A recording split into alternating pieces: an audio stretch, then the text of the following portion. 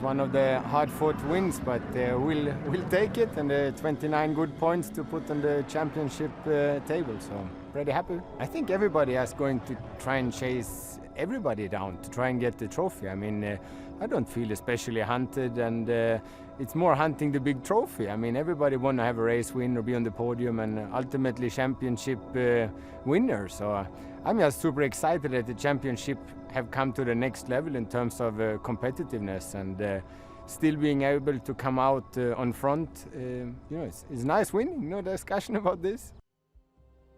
Well, EKS got a little early fun track time here in Portugal, putting the classic Quattro through its paces, and it's they who are in the driving seat so far this season. It's business as usual for Ekstrom, top with 29 points, and that stellar performance by Scheider sees him go second. After round one, and with the top 6 places taken by drivers in 5 different teams, it would take a brave person to predict a champion at this point. Joint leaders at the top of the team's championship after Barcelona.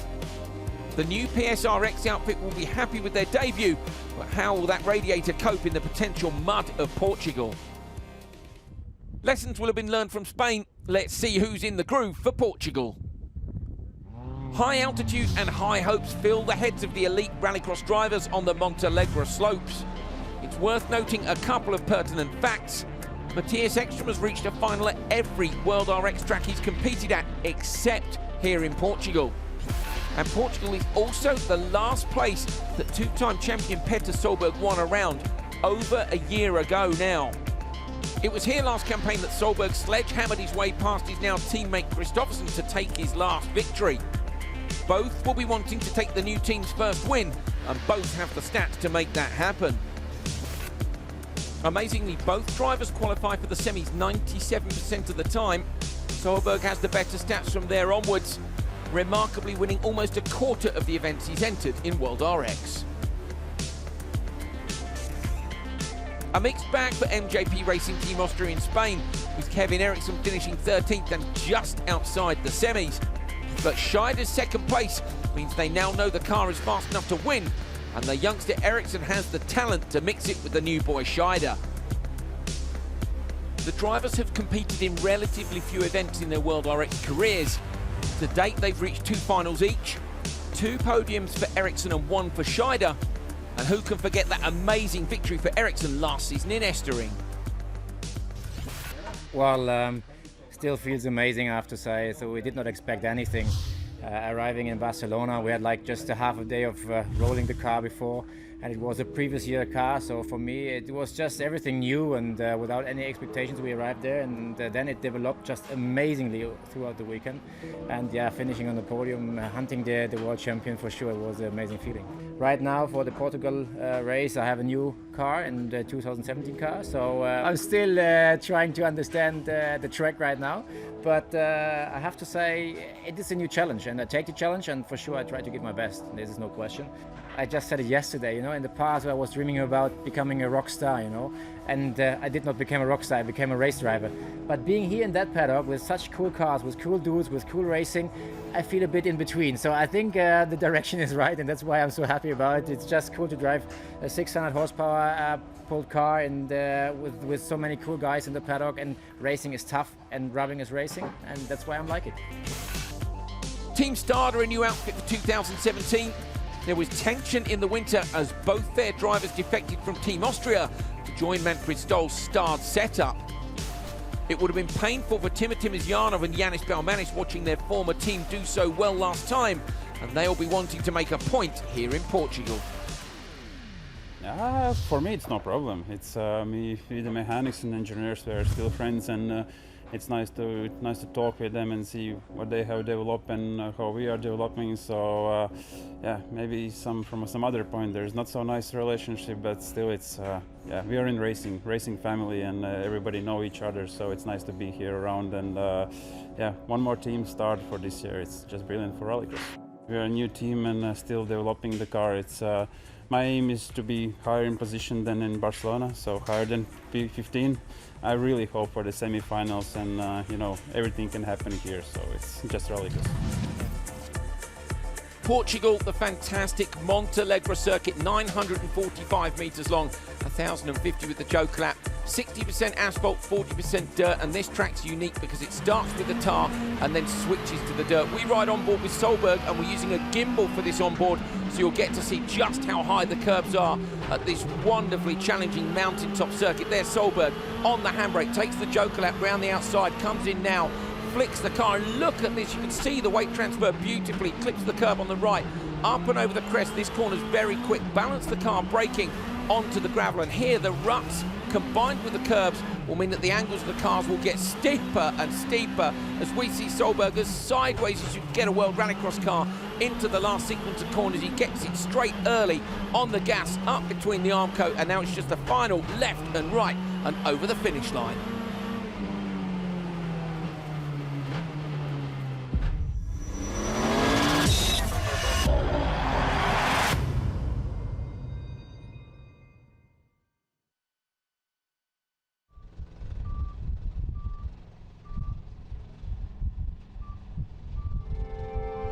Coming up, we've got highlights of the action from qualifying 1 and 2, the best of the action from qualifying 3, on to Q4, and only the top 12 qualify. Only the top 3 will go through from each of the live World RX Supercar semi-finals. Next, we're on to our first Super 1600 final of the year for Euro RX, and then the big one, the World RX Supercar final live.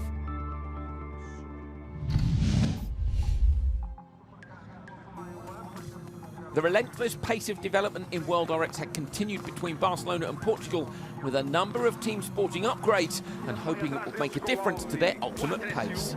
The first corner Joker at Montalegre provided some exciting moments every year, and the very first race proved the same in 2017. Heikkinen and Timozianov going side by side at the exit, but ultimately holding each other up and leaving Ericsson to take the win.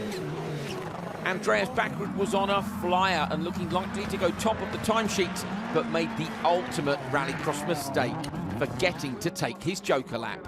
Struggle with some radio connections here and frequencies, and I had this feeling going down the straight like, oh damn, I feel this is the time to Joker, but but for some reason I carried on. But my spotter Dave told me on the radio to Joker, but the frequency wasn't working and I didn't get it on my ear, so I trusted more on him than on my stomach feeling, which in another way I need to change that. But I've been in this position before. We saw Sweden last year, dead last, Barcelona last a couple of weeks ago, dead last, so I can do it again. Timmy Hansen passed Ken Block in a lap 1 Joker fight in his race. Local driver Santos then made a mistake and found himself stranded in the gravel, all of which released Ekstrom to take the win despite nudging the barriers. Solberg and Loeb resumed their old rivalry, the Peugeot running a new spec rear wing which looked to be adding to the 208 performance, Loeb finishing just behind Solberg. However, neither of the motorsport legends could hold a candle to Solberg's new teammate. VW had been testing the car to perfect their starts in Spain, and the work looked like it had paid off when Kristoffersen took the lead at turn 1. But it wasn't just an impressive start. Kristoffersen set 3 new fastest laps in one 4-lap race to win Q1. Car is really quick. We could see in the practice that it was really quick, and we did some small adjustments. I discussed a bit with Petter, and we could take advantage, both of us, from a bit from the tarmac and a bit from the gravel. And I was, trying to adapt a bit for the gravel, and the car with new tires in the Q1 was amazingly quick.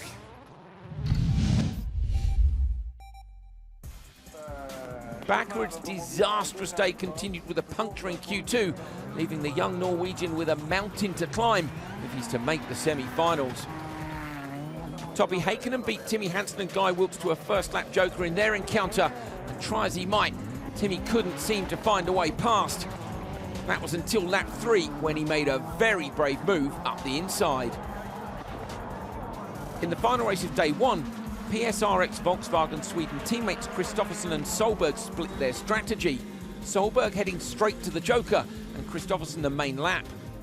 The former and the current world champions came together at the Joker lap exit, making it clear that even early in the season, no quarter will be given.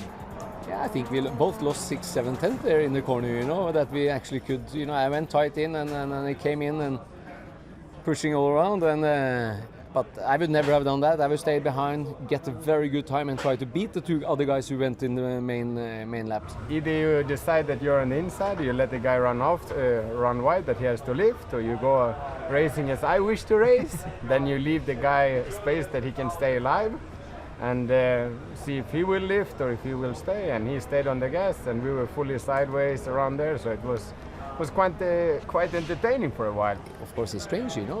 Ekström is a hard driver, you know. He's a smart driver, you know, coming from DTM. You know, they have a lot of experience with things like this, and that's how it is. The untouchable Kristoffersen, along with Loeb, jokered on the final lap. Kristoffersen came out with a lead which would see him win Q2. Loeb was pipped by Solberg, but managed to shut the door on Ekström at the high-speed merge. A brilliant performance then by Johan Kristoffersen, for the first time in his career winning both Q1 and Q2. Petter Solberg, his teammate, is P2 overnight. Sebastian Loeb, Kevin Eriksson, Matthias Ekström, Kevin Hansen, Timmers Janov and Baumanis are your top 8. Currently just making the semi-finals, Scheider, Nittisch, Timmy Hansen and Niklas Gronholm. Just missing out are Heikkinen, Wilkes and Ken Block. Missing out by a mile, Andreas Backerud is down in P20.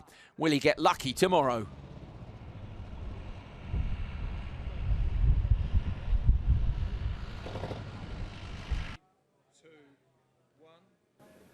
So this is the paddock, Guy Wilkes' car being prepared before qualifying 1, and here is Guy. If we can just jump in, Guy. Guy, first of all, what a great result for you straight off the bat in Barcelona. It's amazing. Not necessarily unexpected, but I mean, it was a big effort from the guys in the team. I mean, we had 5 weeks to basically buy a car, rebuild the car, get to Barcelona and compete. So it was amazing really to get to 7th and stand on reserve for the final. That's how close we were to getting the final in our first event. Amazing. And here in Portugal, what do you think is the main challenge? Actually here in Portugal, usually it's weather and rain, but that's an inconsistent. The most consistent thing you have to deal with is actually altitude, and that's an engine issue. So actually you caught me at the right time, because I'm just standing with Frank, my friend Frank, who looks after my engine. So take it away, Frank. I'll leave you with him. Okay, thanks, guys. So, Frank, tell us why altitude affects the engine performance so much. Well, it's just like a normal person. On high altitude, the air is much thinner, so we're struggling to get air into the engine. And the turbo is a restricted one with a 45mm restrictor, and it can't just take as much air as it needs. So we have to control how much air we get into the engine and get out, because otherwise we would just like kill the turbo. So that's the problem we have. And how can you monitor that? And I guess it's the same for everyone else in the paddock. Yeah, we're allowed to have a certain amount of sensors, so we can see the pressure after the restrictor, we can see the pressure in the engine, and we can see the pressure in the exhaust. And all that has to be a balance. And on normal tracks, like, it's a balance, but here we have a huge issue with trying to get the air in. And if we don't adjust it, the turbo will over-rev and we will kill it instantly. So as well as killing the turbo, what other sort of areas do you have to change in the engine and the mapping and all the data that you have on your computer? It's just like how the anti-lag is working, the aggressiveness of it, and that's changed on all the track. But here, when we have like less power and everything on the high altitude, it's more crucial to have the right points in it. And give us a sense of how much of a struggle it is compared to all the factory teams, and how good a result it was to get 7th in Barcelona. Well, I know this car from previous year. We've been working with it for like several years, and we haven't built the data. So it was more or less getting the mapping to get what Guy Wilkes want to have when he's driving, to get him to get it in the foot, and he can come out and say, like, I'm the owner of the car, and it's do what I want to have it. Okay, and you hopefully will have a good weekend this weekend. Thanks very much, Frank. Yeah, we will have for sure. Thank you very much.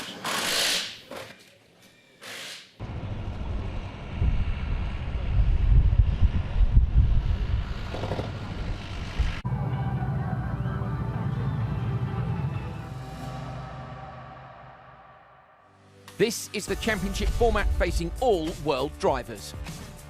During the season, there will be 12 rounds of competition across the planet. At each round, each driver will compete in 4 timed qualifying sessions, which consist of 5 car races. Only the top 12 qualify to the semi-finals. From the 6 car semis, top 3 go through, bottom 3 are eliminated. In the final, it's a straight fight to the finish, with the top drivers taking their place on the podium. More RX education later in the show. My name's Andrew Coley. Alongside me this weekend, Andrew Jordan, British touring car and of course World RX driver. Reporting from the paddock and the pre-grid, Neil Cole. Johan Kristoffersson sitting at the top of the table ahead of Q3 with his teammate Solberg behind him. Loeb, Kevin Eriksson, Ekstrom, Kevin Hansen, Timosyanov and Baumanis. Scheider, Nittisch, Timmy Hansen, Niklas Gronholm currently inside. Heikkinen, Wilks, Ken Block with a bit of work to do. Andreas Backrud needs a miracle. He's P20 after Q2. What can he do? On to the early races of Q3, and that man Backrud was in the first one. He needed a good start, he got it, he checked out front and did all he can do, which is set the best time he possibly could. The track had been watered, there was a lot of gravel on it. Would it be enough? Race 2, look at Guy Wilks on the inside here, up the inside of De Bourg after not getting the best start. De Bourg had left a tiny door open. Wilks didn't need asking twice. When the Joker laps finished, Wilks was still in front. Good drive by the Englishman. First of our 5 car encounters, it is race 3 of Q3.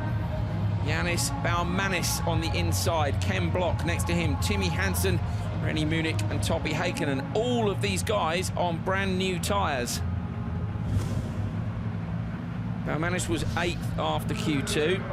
I stood with his dad during morning warm-up this morning on top of race control, and he said that Yannis had got his Joker lap strategy slightly wrong yesterday, which cost him some time. Him and Timmer, I think they were 4th and 11th in each of the 2 qualifying sessions, which has seen them P7 and P8. So it's a good start for the start cars. Will they get a good start now? It's a long old hold.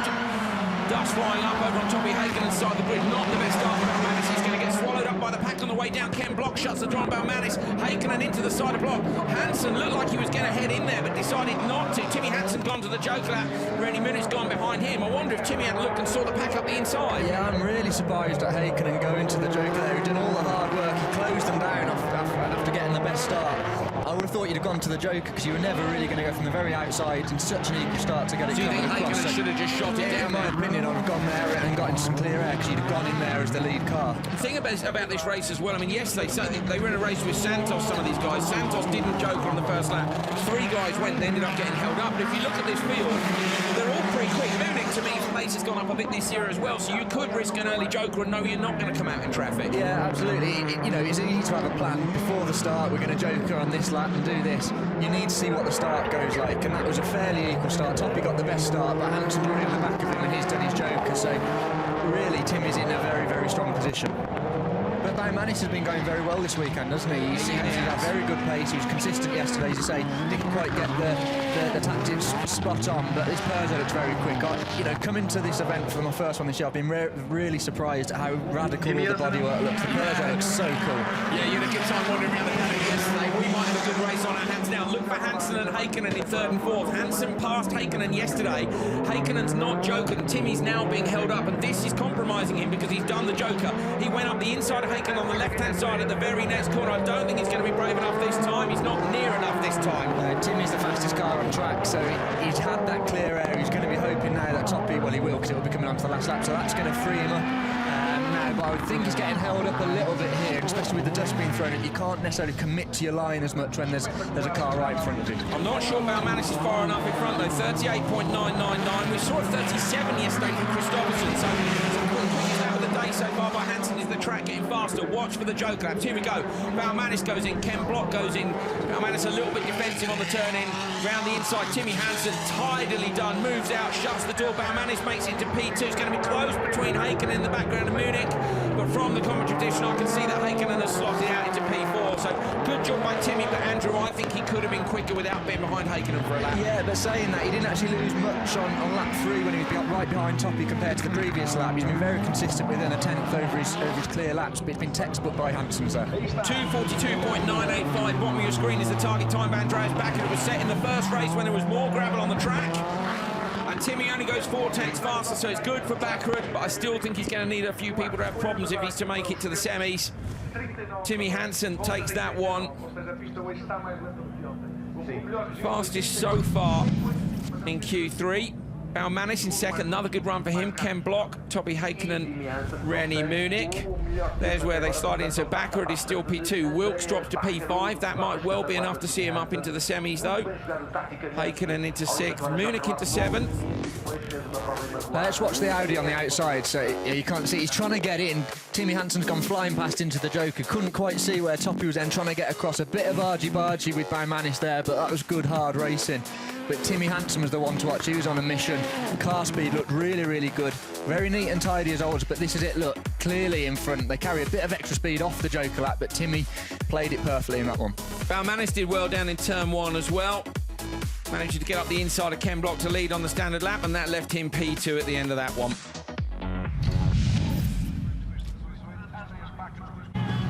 Getting towards the sharp end of Q3 now, on to race 4. On the inside, Matthias Ekström, the world champion. Kevin Hansen next to him. Reinis Nitisch in the third EKS car, going up against that third Peugeot. Timo Scheider, P2 in Barcelona, and the improving Niklas Gronholm. Interesting tyres there for Matthias Ekström. One new tyre on the front left. We'll have a look at that in a minute. New tyres for everybody on the outside of the grid. They'll all be hoping to out-drag everyone else down to the Joker lap. Monster Energy girls are headed off the grid, and the drivers will now be eyes on the lights, clunking the cars into gear and building up towards that 600 brake horsepower launch. There are the start lights. Top right, the marshal walks across the grid. You can hear the gear get clunked in as he gives a thumbs up to the drivers. Green flag at the back, ready to race, lights on, revs up, here we go. Green light, good start on the outside, good start for Ekström too, so Ekström and Nitisch with a great start. They're going to shut the door on Kevin Hansen. Kevin Hansen slots in behind. Scheider, Nitisch goes into the Joker lap. I reckon that's been discussed by him and Ekström. Nitisch's going to push him wide. Gronholm goes up the inside. Scheider's lost out big time here. Scheider has lost out and is stuck behind Gronholm, but Reinis Nitisch did well there and split strategy from the EKS cars. Yeah, the two Audis got a really equal start on board with Gronholm behind Nitisch. Look at the gravel being kicked up. Uses the curb, glides over that, watch those markers. You can see Nitisch flicking the brakes. That'll be his left foot just dabbing the brake to help get the car turned. But with Ekström going for a new left front, some of them have gone for four new tyres to try and get a good time, obviously, with the increased grip. But Ekström will be looking to save some tyres for later on, for maybe Q4, the semi-finals and the final. And the left front is doing a lot of the work here. I know Matthias hates understeer, so if you were going to try and point the front of the car and get it turning, you'd place that new tyre on the left front. So he's looking at the long game here to save some tyres when it matters later on. Do you think he'll try and put maybe one more new front left on for Q4 and then a pair for the semis? I think you'd see how you are after Q3. If you need a good time in Q4, then you might put another left front on, and then you probably left with two, depending on how they're used to their other ones for maybe the left side of the car. But you play that a little bit by ear. On a little tug on the handbrake with Scheider. You could see it was your first time here yesterday, as we were talking about Guy Wilkes. Very tricky to learn the circuit, but he got on the pace very quickly. He flicks it in there, a little bit of handbrake to get the car turned.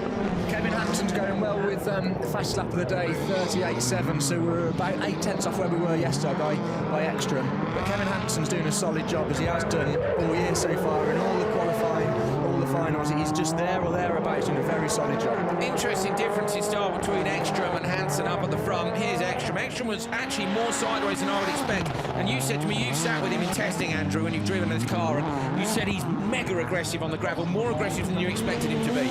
Aggressive in the sense of having the car out of shape and having that confidence that the car's moving on. I think this circuit on the gravel sections, you can't be too neat and tidy because of the transitions and the change of direction. You've got to use the car's momentum, which I would say for someone, coming from circuit racing, Ekström's obviously hugely experienced in this, but for Scheider, that takes a bit of getting used to. Nitisch has done a really good job there, hasn't he? He's right on the tail of Ekström. So those two guys, remember, Nitisch and Kevin Hansen, both independent entries, but in third cars within the teams. Nitisch's fastest lap is only a 10th exactly off Ekström's. That's a really, really good effort. Well, there's only about a 10th between them, so very well done, Reinis Nitisch. Spoke to his dad last night as well. Said they were pretty happy with things. They said he felt Nitisch needed to be a little bit more aggressive in terms of his racing. Ekström over the line, what does he do? 2:41.9, nearly 6/10 faster. So who else has gone quick? 2:42.4 for Nitisch. That puts him in front of Hansen, drops Timmy Hansen down to P3. There's the official result. Top two, great job there by EKS with their lead car and their third car. Then Kevin Hansen, Gronholm and Scheider. And they go to the top of the table. So Backerud still up there. He's the man we're watching, trying to claw his way back up towards the semi-finals. Quickest time so far there for Matthias. The tyre strategy was interesting. One new tyre front left. Yeah, Tire strategy at this stage of the race, it's very important because we have to look forward as well for the semis and the final. But yeah, happy how it worked out. We have both Audis controlling the race, so very happy with the result. Obviously. Well done, thank you. Well, fans enjoyed that one. We can take a look back at some of the action from the race.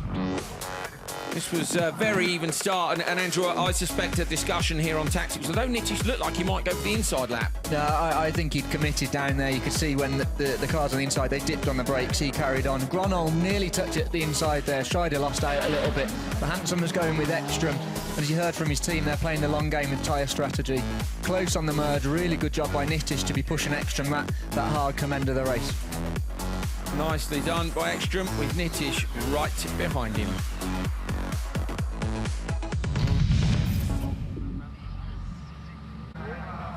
Let's take a look at one of our fantastic new head-to-head graphics. This time is the teammates Johan Kristoffersson and Petter Solberg. This, of course, is their stats for this season so far. So as the season goes on, you're going to see this develop. They've met 5 times. That includes qualifying races, semi-finals, finals. At the minute, the yellow side is Johan Kristoffersson, so he's taken 60% of the wins. So the 5, that means he's taken 3 to the 2. 1 semi-win for Johan, 4 qualifying race wins for him as well. No final wins for either of them as yet.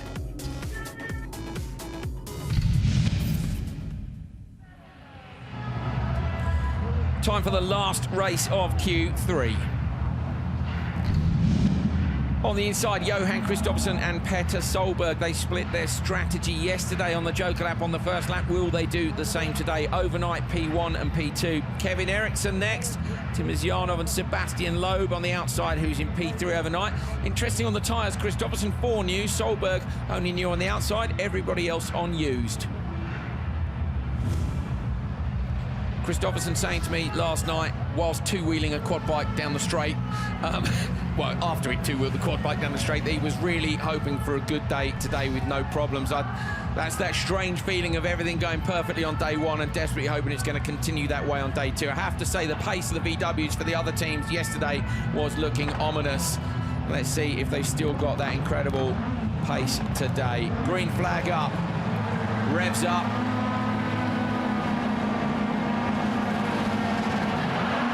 Pretty even start by the VW. Solberg looks like it might adjust edge Kristoffersson. Eriksson moves in behind those two. Loeb's going to go to the inside lap. Didn't get a good enough run. They've done exactly what they did yesterday. Solberg goes to the Joker lap. Kristoffersson goes to the standard lap. Timizyanov has gone with Solberg, and Loeb with a late decision there not to go to the Joker. As we saw yesterday a couple of times, once you're on the outside, you can get boxed in and have to go to the Joker. So Loeb did a good job to tuck out of that and not get bottled up. But Solberg just jumped Kristoffersson. They were using different start strategies. We were talking to them yesterday on different boost and RPM levels, and he definitely got the better of the 2 starts there. Oh, 2 bollards on the inside there for me.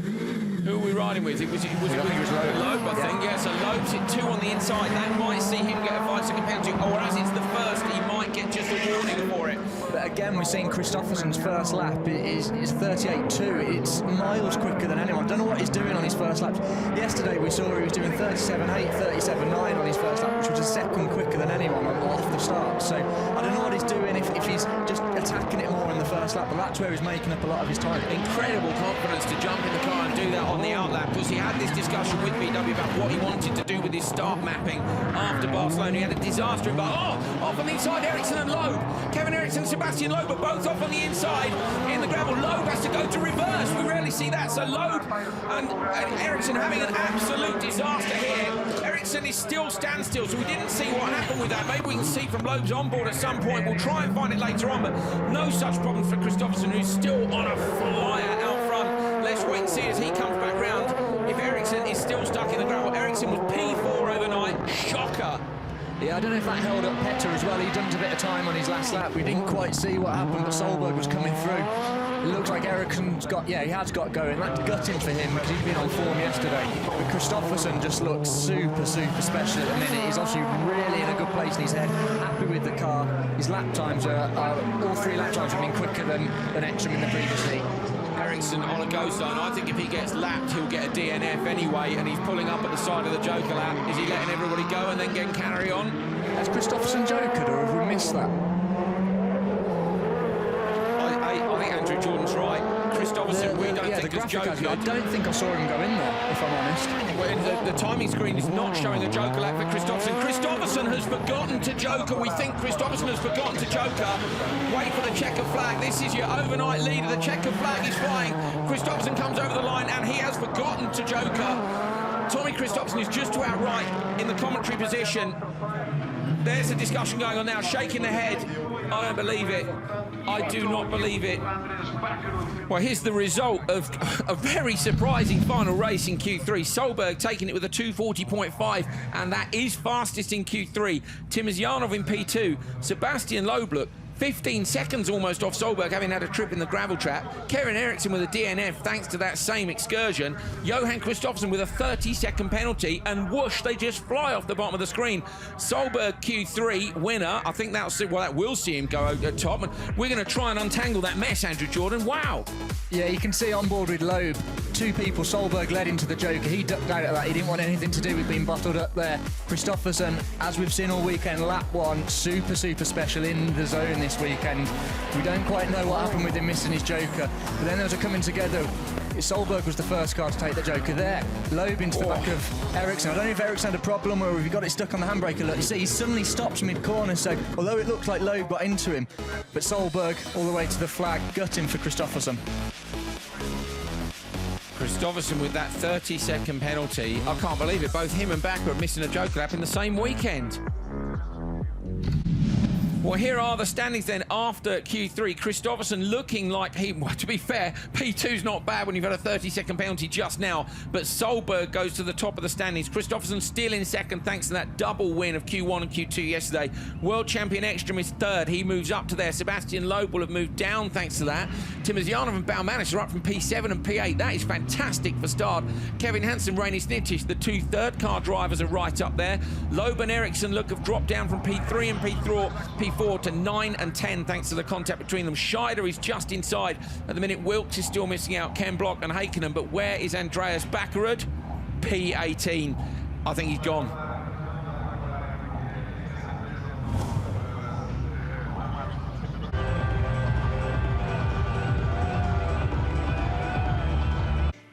Some wonderful slow motion pictures for us to have a look at of these incredibly big curbs in Portugal. Andrew Jordan, Timizyanov, our first analysis. It comes into shot with quite a lot of understeer, doesn't it? Then the front grips and the rear takes over into oversteer, but Timizyanov on good form, probably using the handbrake a little bit to get the car transitioning through these big change directions over the big curbs. Solberg here, in his usual flamboyant style, sets the car up nicely past the markers. You don't want to clip those, you get a penalty for that.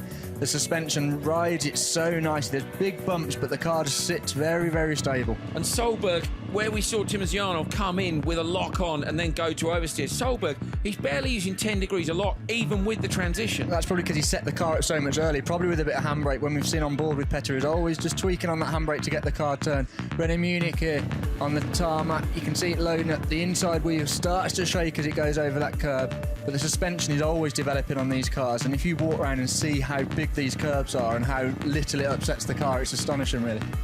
Rear wheel, you can see unloading there as he comes in. And this corner here at the bottom, Kevin and Timmy Hansen were telling me drivers take varying amounts of curb. In Munich, not taking that much and still launching it just onto two wheels. Sometimes you're actually better off using more because it unsettles the car a little bit less.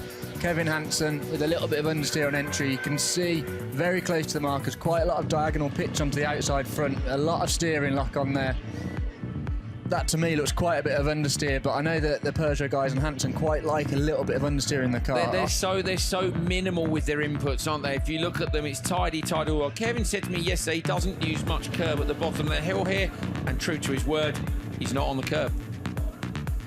Nice to see as they swap onto the gravel. Important to get the line right there, of course, because the grip drops off in the middle of the corner, and that's right in the bottom of a dip as well, which isn't quite so clear.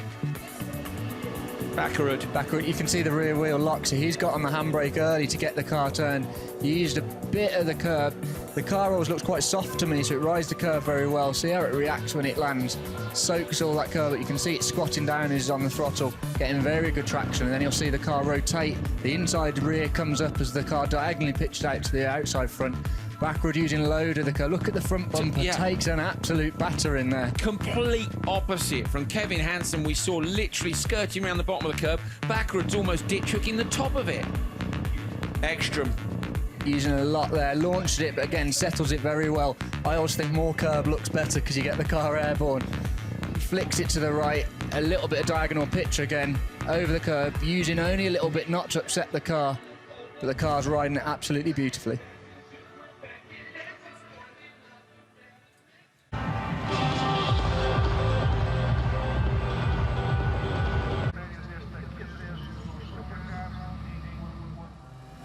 Here is a quick update on a few things you need to know in RX education.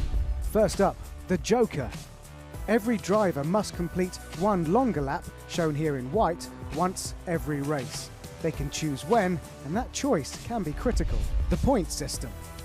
Once all 4 rounds of qualifying are completed, the fastest aggregate driver receives 16 championship points, descending to 1 point for the 16th placed competitor. In the semis, the first to cross the line takes 6 championship points, descending to 1 point for the last to finish. It's the same for the final, but the first to finish gets 8 points instead of 6 for winning the event. Come the end of the season, the driver with the most points will take the title. The RX supercars are 600 brake horsepower turbocharged beasts, powered by a 2-litre engine generating 900 Newton meters of torque. 0 to 60, they're faster than an F1 car, and you need to be very, very talented to handle one.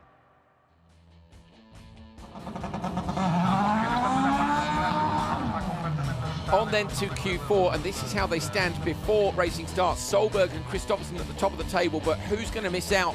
Only the top 12 go through. Gronholm and Scheider, Hakkinen, Block and Wilks all around that P12 mark. Backward, P18 despite a good Q3. Qualifying for last chance to make it through to the semi-finals. Johan Kristoffersen in the first race thanks to missing that all-important joker in Q3. Him and Kevin Eriksson, who of course have been off in the gravel, flew around the circuit, setting fantastic lap times. Eriksson doing very well to hang on to the informed Kristoffersen, who took the win. Next up, it was Sebastian Loeb's turn to make up for Q3, where of course he'd had that clash with Kevin Eriksson. The 9-time World Rally Champion put on a fantastic display to take the win with a very good time.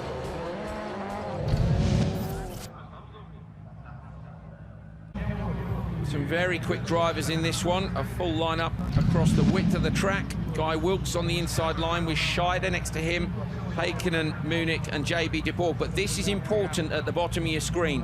13th, Hakkinen is just outside. Scheider, 12th, is just inside. Wilkes is 15th. These guys desperately need to try and fight their way in. Monster Energy girls leave the grid. What are these guys going to do? How are they going to split the strategy to try and remain safe, but also get that quick race time? Remember, this is about race time. Where do they finish in Q4? That gives them their qualifying points. That puts them in the standings in order, and the top 12 go through to the semi-finals. So this is crucial for Wilkes, Scheider and Hakkinen. Munich and de Boer aren't far away, to be fair, but those 3 guys are right on the cusp. Pretty even start. Wilkes looks like he hasn't got the best one. Hakkinen's going to try and move across. Scheider's putting the squeeze on Wilkes. Contact between them. Wilkes gives it back again. Oh no, not the best tactics. All 5 into the joker. What are they doing? Scheider wasn't planning on doing that. Him and Wilkes got hooked up a little bit. Wilkes kept in him, and I think that then just oversped Scheider, and he had to go to the joker. Unfortunately as well, Wilkes has lost out here because, to be fair to the guys, in fact, Wilkes up the inside of Munich, so and from the commentary position, Wilkes is just past Munich. Scheider rides the curves hard, but out front is Hakkinen. But as you said, it's about race time. It's hard because obviously you want to fight, you want to be competitive, but you can't afford anything like that, because that's probably then put Guy out of contention to get into the semis. It's very much put Scheider under jeopardy whether he'll get through, or because of being a bit too close into turn 1. I did wonder if Guy might have been able to dip into the lap, because he was kind of fierce going down towards turn 1, but just too late on the brakes for them. No, they looked up the inside. And after contact, you're on the limit all the way, getting the car stopped. It's all played into Hakkinen's hands in the Audi. He's 13th at the minute after Q3, so he needs a good time. He's let them all fight behind. He's got his head down, so let's see what pace he can get out of this man. Wilkes pushing really hard in the background, desperate to pass de Boer. He's ahead of de Boer in terms of the standings. Has been a little bit quicker than him in 2 out of the 3 qualifying sessions as well, so he's trying desperately. Wilkes is fighting here to go from P15 and in, but Hakkinen out front, of course, is in P13, and he is right but on the cuff, dust flies up as the guys come out of the last corner. Heikkinen heads down into the first corner, pushing really hard. We know there was a good time earlier on from both Ekstrom and Nitish in the sister car to this. So in theory, this should be on for Heikkinen, with the track developing as well in terms of lap time. Andrew Jordan looking at a time he's been covered in dust. The drivers who showered us. Best lap so far is about just over 4/10 off Lowe's best lap. You just click the marker there, you get a penalty for the first, you get a warning for the first one and a penalty. So Heikkinen should be on for a pretty solid time. He's going to rely on what others do for him to get through. Scheider super close to the barriers as he comes through the last corner. There is the target time. Remember, nobody's got to Joker because somehow they all ended up going in there in the first corner. Heikkinen, let's have a look at his style through this section. The car drops downhill here. You missed that slide. You can see it a little bit there into the compression, up and over the curbs. That's the one which you see the spectacular shots of with the mountain in the background. Absolutely beautiful. And this is a good drive so far from Heikkinen. 2:40.8 is the time of Sebastian Lowe. How close will Heikkinen be to that? Can he beat it? Heikkinen lifts off. The anti-lag crackles and bangs. He goes over the line. 2:41.8. He's a second off. Where's that going to put him? At the minute, that puts him P2, so that puts him P2 behind Sebastian Lowe. But there are 10 cars still to come, and they are all fast. So hold on to your hats for the end of this one, and we'll find out who's going to make it through to the semi-finals. Heikkinen and Scheider doing their best to try and make it. Scheider currently P12, Heikkinen currently P13. Where are they going overall? They're kind of slotting in various different places. De Borg and Wilks look 6th and 7th. We'll let you know who's made it at the end of Q4. Off the line then, took us through, Andrew. Keep an eye on the cars on the inside. Scheider starts squeezing Wilks a little bit. Wilks stays in him and gives him another one. But it hurts himself because he's like, I don't know what guy's doing there. I've seen the car, he's struggling to get it stopped, but you see he braked, then came off the brake and accelerated. So whether he knew he wasn't going to get it into the corner and thought he's got to go to the Joker. On board with Scheider behind Heikkinen, a little bit of opposite lock over the curb. Heikkinen kicking dirt up into his face. Just look how aggressive that is through there. Heikkinen could get his head down, set a reasonable time. He's now got to see what others do, see if he makes it through to the semi-finals.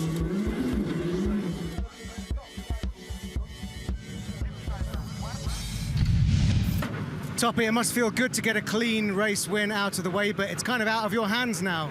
Yeah, hopefully that's enough. We beat the Shiner, so now we just need to wait a bit.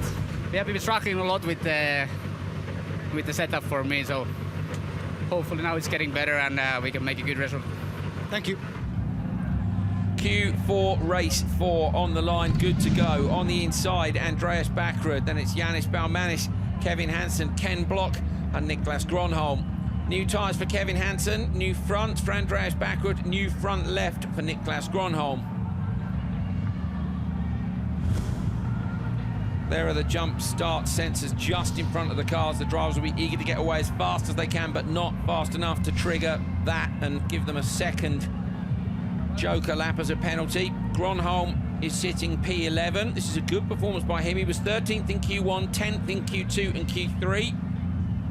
And he'll be hoping for something decent here. And he could just hold on to these guys. These guys are all pretty much fast enough for Gronholm to just follow and get through to the semis. That'd be a good result for him.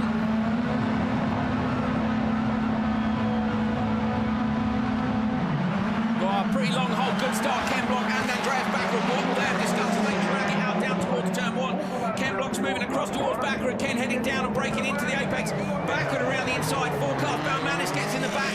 Up the inside, Hansen, Kevin Hansen looking up. Baumanis takes out about 5 bollards on the way round. I'm not sure he'll get a penalty for that, so I don't know if he could have avoided it. No, I don't think he will, but Baumanis, to me, looked like he was going to go to the normal lap and then either couldn't get it stopped or decided not to.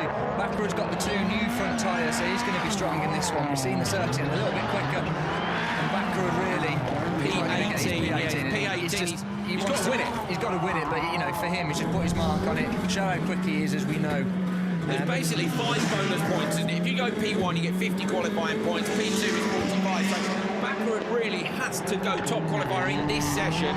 And there we are, fastest lap of the day if he wants to stand a chance. And he still needs a disaster for other people. But we saw in the last race at Q3 that can happen. He's got to push. And from his point of view, if he drives this as quick as he can and makes no mistakes or very few mistakes and goes quickest at the end of Q4, then that's all he can do. You know, from his point of view going home, he's been very unlucky this weekend. He's been as quick as ever when he's not got a problem or a radio problem with the Joker lap. So there's nothing much more he can do than drive it as quick as he can and go quickest. Everybody monstering the curve in the background. Andrew Jordan, you've done a ton of championship years. What's it like when at the start of the season you have a setback like Baccarat had here? You know, missing the Joker, but then the puncture was unlucky, and that's really put him on the back foot in the championship. You need to average 20 points a weekend in the World Rallycross Championship to win it, and I don't think he's going to get that here. No, and especially with how competitive it is now. You know, the good guys are just there or thereabouts every weekend scoring the points. So it's very frustrating, but again, that sort of stuff happens. Everyone has a rough one now or then. You've just got to try and pull that behind you and crack on with the next event. And Baccarat, to me, seems a very happy-go-lucky guy. I'm sure he's not the sort who will dwell on it too much. He'll be hoping, of course, that other people have their fair share. So statistically, the top two in the championship are making through our Baccarat. Look at that percentage. Rear wheel just lock him. I'm going to throw it out there. I think he's going to go quicker than Loeb here. I think at the minute, if he makes no mistakes through here, I think he's going to be hard to beat in this one. Trying very, very hard indeed. So statistics show you need a good result basically at every single event of the year if you want to win the championship. The top two in the championship every year of the World Championship have made the semi-finals at every event. The World Champions never miss more than 3 finals in a season. So Baccarat pushing as hard as he can and praying he can make it through to the semis. He's done a brilliant job. Absolutely fully lit over the line. 2:39.5. Baccarat goes faster than Sebastian Loeb by 1.3 seconds, or 1.2 seconds, sorry. Brilliant job by him. The crowd go nuts. Will it be enough? We'll find out very shortly. Here it is, 2:39.577. Ken Block, his teammate behind him. That's good by Ken as well. 2:40.8. That's actually the similar time to Sebastian Loeb. So look at Ken Block right up there, P3 to Baccarat's P1. I say he really needs to win this one if he possibly can. Baumanis, a good run by him too. On board with Baumanis down to turn one. Just so you know, it looks like he brakes him and, oh no, he had to jink behind. I think he had planned to go to the Joker, didn't necessarily anticipate Block going as well from the outside. But it was all Baccarat, wasn't it? You know, that time is going to stand him in very good stead. Christopherson's yesterday was a 39.2 was his. And so Baccarat's right in the ballpark there. He gained a lot of time on the way in, but a good job by Ken Block as well, only just over a second and a half, I think, away from him, so super job by the Fords.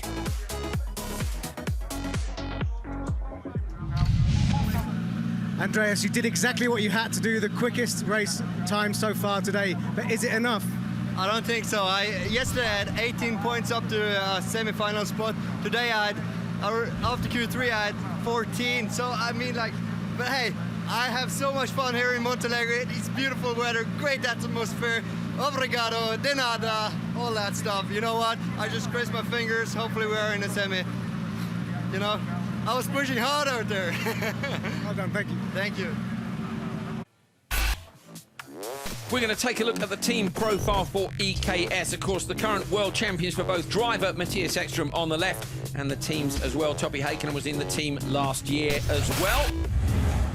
Here are your stats down at the bottom there, gives you an idea of what they've done. But the most impressive thing for me here is Matthias Ekström, the world champion. This will give you an idea of what you've got to do in terms of average performances. You've heard us talking about a lot today. 93% of the time Ekström makes the semis, 70% he makes the final, 44% of the time he reaches the podium, and 26% of the time he wins the event. Fantastic performance. That's what you do to be world champion. The last qualifying race of round 2 of the FA World Rallycross Championship is on the grid. Let's see the lineup. Peter Solberg, the outgoing world champion on the inside. The current world champion, Matthias Ekström. Reini Snitish in the third car for EKS next to him. Timmy Hansen, P4, Timmers Janov on the outside. Ekström runs that one front left new tyre. Reini Snitish with a pair on the front of his Audi. Nitish and Ekström will absolutely have had a chat about what to do. The random bit is what happens with Solberg and Ekström on the way down to turn 1. Ekström, of course, can't control that. Peter loves to talk to the other drivers and say, oh, why don't we do this and why don't we not run into each other at turn 1, but they don't always listen to that. Thumbs up. We're going to find out soon enough because they're only a few hundred metres away from that first corner. Green flag. Solberg is currently top qualified, doesn't need to do anything dangerous. Ekström sitting in P3. Away from the line. Good start by Ekström and Solberg on the outside. Ekström, look at the speed of Solberg down the straight, out-tracks him, unless Ekström's happy to do that. He knows Nitish is going Joker. Nitish is going to end up pushing Timmers Janov wide. Timmy Hansen is on the outside of Ekström. I don't know if he can get through there. Hansen rides the curves on the outside and has to slot into P3. I think Ekström blended out down there. That's a sensible thing to do. You know, into a fight with Petter. I think he blended out. I was pointing at the screen because Nittish carried so much speed into the Joker, but I didn't think he was quite going to get it pulled up. He just about did, didn't Just he? got it. I'm sure he was panicking a bit in there, struggling to get the thing stopped. Trouble is now he's found a later breaking point. He's got to hit that every time. I'd probably say, why didn't you do that every other time? Engineers will be looking at that going, not good enough, sunshine. Down the straight, Solberg leading from Ekstrom. Timmy Hansen behind. Those guys haven't jokered. Look at the top left of your screen. The little tick means they've done the Joker lap. Out towards the curbs, and if they're sensible, Andrew, they're just going to go on a train here, aren't they, round to the finish? Yeah, they're all quick guys. They don't need to fight. You know, they'll be driving as quick as they can. It's good when you're in a race like this, you know that no one's really going to be holding you up massively. So at this point of the weekend, you're better off just getting a good solid time, and then the elbows come out in the semis and the final when you're racing for position, not just time. Timmy Hansen currently P8. He was 13th in Q2. That didn't go his way. That was, of course, when he had his little coming together with Topi Heikkinen. Nittish looking like he's on a bit of a flyer in terms of lap time entry. I think it's going to be around just over 3 seconds. He's got 3.2 behind Solberg, so it's going to be close. It'll be close with Matthias, with his teammates, so that's going to be interesting, isn't it? Team lost teammate, but Nittish is out there for himself. Interesting with Ekstrom, he's gone for that new left front again, so that will leave him 2 new tyres left for the semi-finals. Hansen checked up, sorry to interrupt, Hansen checked up in the middle of that corner, but everything seems to be okay. Just suddenly lost time. It was almost like it gripped up or didn't go quite where he wanted to go in that long, tricky right-hander on the gravel. Ekstrom and Solberg now going to have to dive into the Joker. Where is Rainis Nittish going to be? And Timosyanov's right behind him as well. This is going to be a good one. Down towards the Joker. Nittish comes on a defensive line down into the hairpin. He's going to try and move across. Is he going to get in front of Ekstrom? He doesn't. He holds it wide. He lets... No, Nittish gets in front. So Nittish is in front of Ekstrom. Nittish in front of Ekstrom. Timosyanov slots him behind. Fantastic job by the Latvian. That was close, but well played by the teammates. I'm sure the spotters were on the radio saying it was going to be close. So Matthias didn't come out and commit to use all the road. He knew Rennes. Hansen going up the inside of Timosyanov into the final corner. Lovely job, former teammates. That was clean by Timmy. Just a little side-by-side nudge. I think he'll get away with that. Timosyanov's lost out by about a second there at the finish. Solberg takes it and will go top qualifier. Behind him, Rainis Nittish beats his world champion teammate Matthias Ekstrom. Timmy Hansen and Timosyanov. That's what the merge can be like here in Portugal. Very, very fast and committed. You've really got to believe that there's a gap if you're going to shut the door there, and we saw those guys. We'll check in the replays in just a second. So the result, Solberg with a 240.2. Rainis Nittish, Matthias Ekstrom, Timmy Hansen and Timosyanov. Let's see where they go. Bakarud wins Q4. Will it be enough to make it through to the semi-finals? We'll have the point standings for you in just a few short moments. That puts you top qualifier after the qualifying session. Must be happy with that. Yeah, for sure, you know, and yeah, second race with the new Volkswagen, you know, it's pretty good, you know. It's a lot of things that we have fixed since Barcelona, as you can see, so very happy. The team has done a fantastic job, and we still will push. Good, thank you. Thanks. Here are the standings after Q4 here in Portugal. Petter Solberg is top qualifier for round 2 of the World Rallycross Championship. Matthias Ekstrom right behind him. Johan Kristoffersen drops down to P3. That's going to put him on the outside row of his semi-final. Sebastian Loeb in P4. Then it's Nittish, Baumanis, Hansen, Kevin Hansen beating Timmy Hansen, looking to P7 and P8. Timosyanov makes it in 9. Bakarud's made it. He won Q4 and Bakarud has made it to P10. I cannot believe it. That's the performance of someone who desperately wants to win the World Championship. Look how terrible Q1 and Q2 were for him. Brilliant. His teammate Ken Block through as well, as Topi Heikkinen making it into 12th. Niklas Gornon, Kevin Eriksson, Timo Scheider. Both the guys are out. Look, Guy Wilkes in P16. JB de Borg, Munich, Kosmarski, Chuchik, Demustier and Santos are gone for this weekend.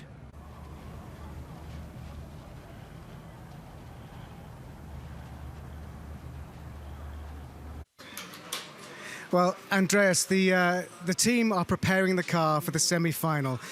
Did you even believe that was going to be possible? No, I didn't, because, you know, so many times I put myself in this position of doing a bad Saturday, and this just need to end now. Like, never again. I will never put my heart and my body through this nervosities. But it's also me, in a nutshell, performing under pressure. So, I mean, like, Yeah, it's just like those days where we suffered so much bad luck and doing mistakes yesterday and puts us in a bad position. And I really had to fly today. And in Q3, I was the first car on track, and the track was newly watered.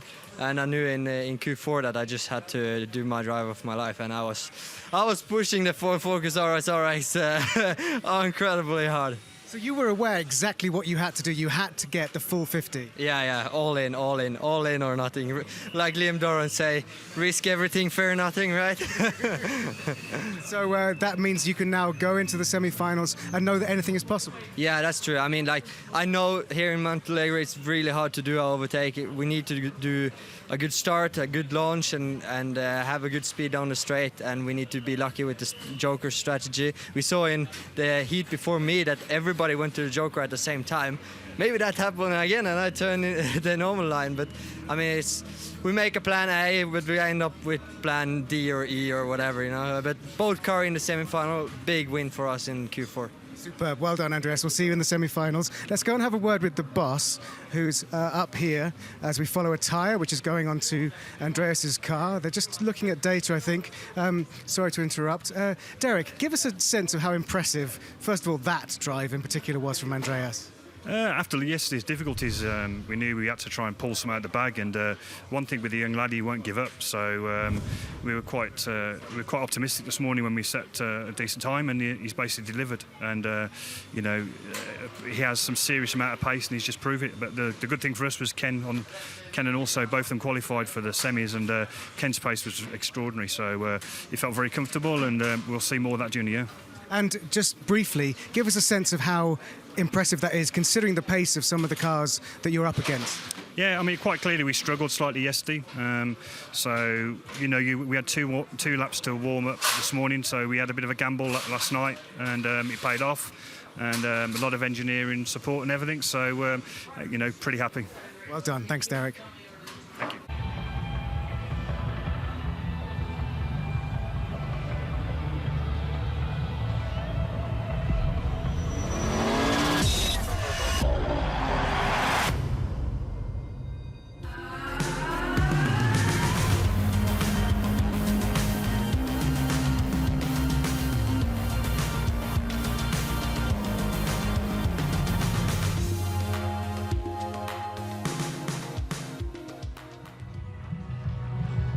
Hello from Montalegre in Portugal, where amazingly the sun is still shining, and it is shining down on a 25,000 capacity sellout crowd. Despite the fact we've built two enormous new grandstands here, they can't wait for the semi-finals. I can't either. Of course, round 2 of the FA World Rallycross Championship, the qualifying stages are finished, and we're on to the knockout part of this event. So we'll be able to have a look back in just a few moments at how qualifying has happened so far and where we stand. Aeroplane entertaining the crowd, look. Came very close to the ground a couple of times. Impressive stuff. Right, let's have a look at who the top 12 are and where everybody finished after the qualifying sessions. 4 qualifying sessions, of course. And we've had one particularly impressive story today. A man who's made it through, who we really didn't think was going to. So here we are, now we can see it. So Solberg, Ekstrom, Kristoffersson, Loeb, Nitish Baumanis, Kevin and Timmy Hansen, Timur Zyanov. The miracle man is Andreas Backrud. How did he get back from P20 to P10? Ken Block's gone through with Toppy Haken as well. Gronholm, Eriksson, Scheider, P2 in Barcelona has missed out along with Guy Wilkes. This is where they split. Odds go to semi-final number 1 and evens to semi-final number 2. We've got both our World Rallycross champions on each of the pole positions in each of the semi-finals. Kristoffersson's on the front row with Solberg. Loeb will be on the front row in semi-2 with Sebastian Loeb. Great stuff. Right, Neil Cole was down on the pre-grid earlier on, and he managed to catch up with the man who took the top qualifier spot here in Portugal, Petter Solberg. Petter Solberg, Montalegre last year was the last time you won a round of the World RX. Give us an idea of what's changed since then. Well, car, for sure. But I think this, with Johan and stuff, team, you know, it's very good good for me also. I think, you know, you can overlay data and learn from each other, and I think it's been really good fun. So it'll be, I hope it's not only one victory this year. and give us a sense what you can achieve from pole position in semi-final 1. Well, I need a good start for sure, and you know, many people will go straight into the Joker, so I need to be on the pace very quickly, so they don't catch up any times. If not, it can be very tight with the Joker. So I have to push definitely. So we will see. Thank you. Good luck. Thanks. Solberg says he's been learning things from Kristoffersen. Kristoffersen from him as well. They were looking at stuff all through free practice yesterday. It was fantastic having a chat with them. We'll keep you posted on all of that as we go through the semi-final process. But this is what we've got coming up for you in the next hour. Of course, first of all, those World RX Supercar semi-finals live. Top 3 go through, bottom 3 go out. Then it's the first Super 1600 final for Euro RX of the season, followed by the World RX final to decide the winner of round 2 from Montalegre in Portugal. Well, first of the semi-finals, front row, as all the winners for World RX Portugal ever, because only Petter Solberg and Johan Kristoffersen have won here. Solberg won in 14 and 16, Kristoffersen won in 15, and as you can see, they line up on the front row. So let's take a look at the full lineup for semi-final 1 from Montalegre. Petter Solberg and his teammate Johan Kristoffersen. Kristoffersen would have been in the other semi were it not for missing the Joker lap earlier today. On row 2, Reinis Nitish and Kevin Hansen. And on row 3, Timothy Mazyanov and Ken Block.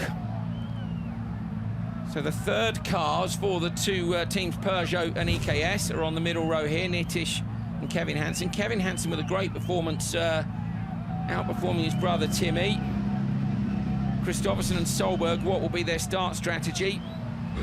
Andrew Jordan is alongside me here as the Monster Energy girls leave the grid, and you heard there Solberg clunk the car into gear. The marshal is on the radio. There's the classic I'm on the radio pose, one hand up to the air.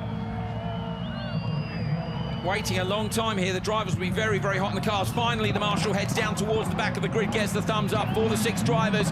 Anti-lag on, heart rate up, green flag up, ready to race. There's that really low tone from both the VWs on the front. They're running a different start than they were in Barcelona. Away from line, brilliant start by Solberg and Kristoffersen. Nitish has got the jump on Hansen on the second row. Is Kristoffersen going to go to the Joker? We think he will. Tim Mazyanov dives out from the outside. 4 cars into the Joker lap. Kristoffersen from Nitish. Tim Mazyanov trying to send it round Block. Block shuts the door on him. Out front it is Solberg from Kevin Hansen. Perfect teamwork from VW, very equal start, and I'm sure that Tim Mazyanov into the side of Block there.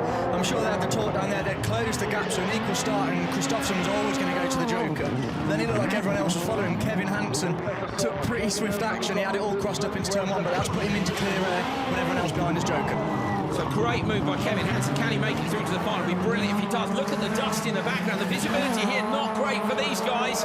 Kristoffersen's in P3. What's his opening lap time, Andrew Jordan? It's normally pretty impressive. It looks pretty good, that Joker, yes. So the races between Solberg and Kristoffersen have been so equally matched. Yesterday, it seemed Kristoffersen just had the edge over a lap. Certainly the opening lap in all of the qualifying races was where he was gaining on his time. But today, Solberg has been very strong. We had a brilliant chat with Kristoffersen, didn't we, in free practice when he came in after the first run, and he was like, I'm 2 tenths faster on the tar. He's 8 tenths faster than me on the gravel. It was actually quite funny, wasn't it? He was finding the humour. He said, how is it possible he's 8 tenths quicker than me on the gravel? But then the next run he comes out and goes quickest. So as Petter was saying to Neil on the pre-grid, they're both learning off each other, which is what you get with 2 world-class drivers in a world-class team. Yeah, absolutely fantastic. Kristoffersen now is closing up on Kevin Hansen. I don't know if he's going to get to him in time for it to cause a problem. We wonder whether or not he's got the edge on the pace, Andrew. Solberg's opening out the gap. He's taken 2 tenths out of Kristoffersen in the last lap. The gap is about 3.5 seconds to Johan, and it's about 3.2, is very close. So the minute he's just got him gapped.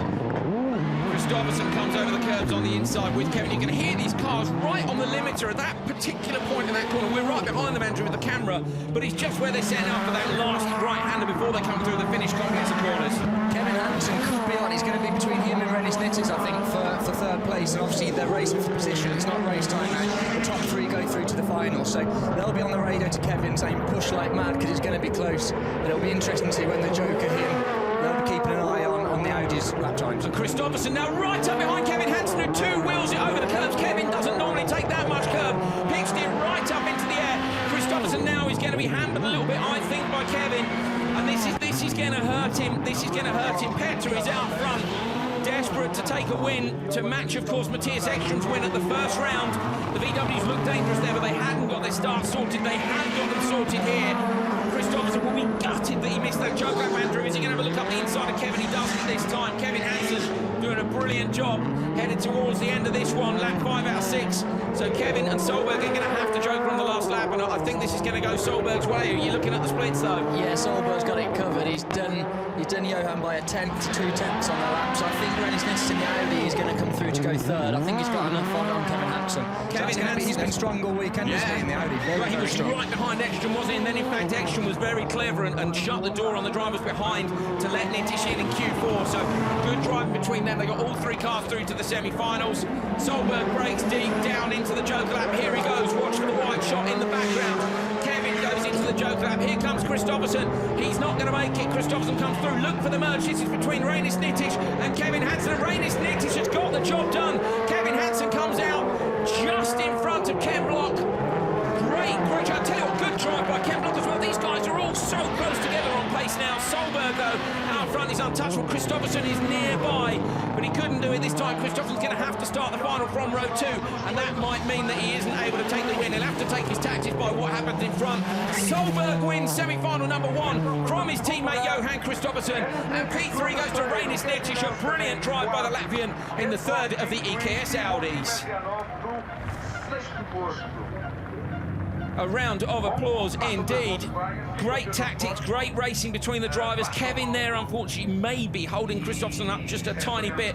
Whatever happens, Nitish with a tidy drive, looking like he wasn't trying too hard in the background, comes through into P3. So Reinis Nitish makes it through to the final.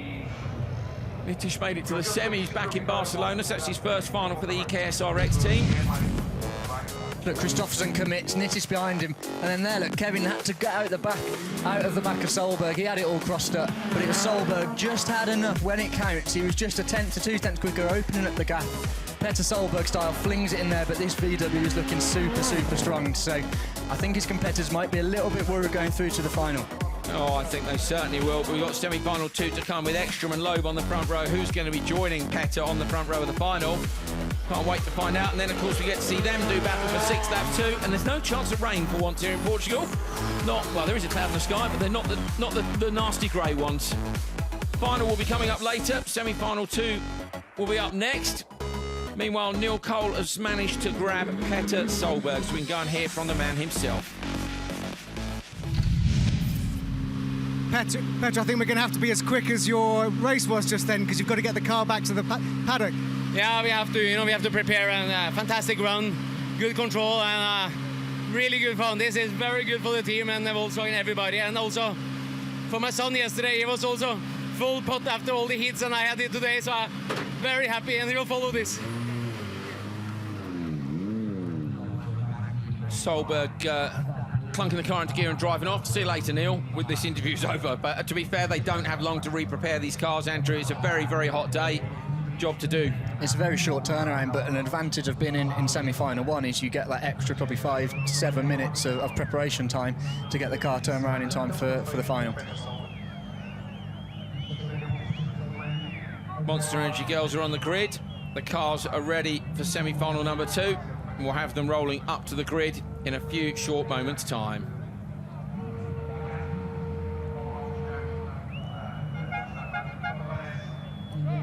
Very, very hot indeed in the commentary box, in the cars, and I'm sure for this capacity crowd as well. Brilliant to see that this fantastic event has managed to fill up the grandstands. Here's another look at some of the action from semi-final 1. So look, keep an eye on the Peugeot, Kevin Hansen. Look, he's struggling to get it stopped. Timojanov have to jink out, but Kevin's forced to the outside of Solberg. He lost a bit of time there, so you could always say, is that the time between him finishing 4th or finishing 3rd? But these cars all look so well sorted, coming back this year, the level of development, that was Timojanov getting a little bit physical at the inside, he nearly got it completed. But they all look so well sorted. They're on top of their game in terms of driving, obviously, and in the car they're working very hard at it, but you watch it and they're making it look easy to drive.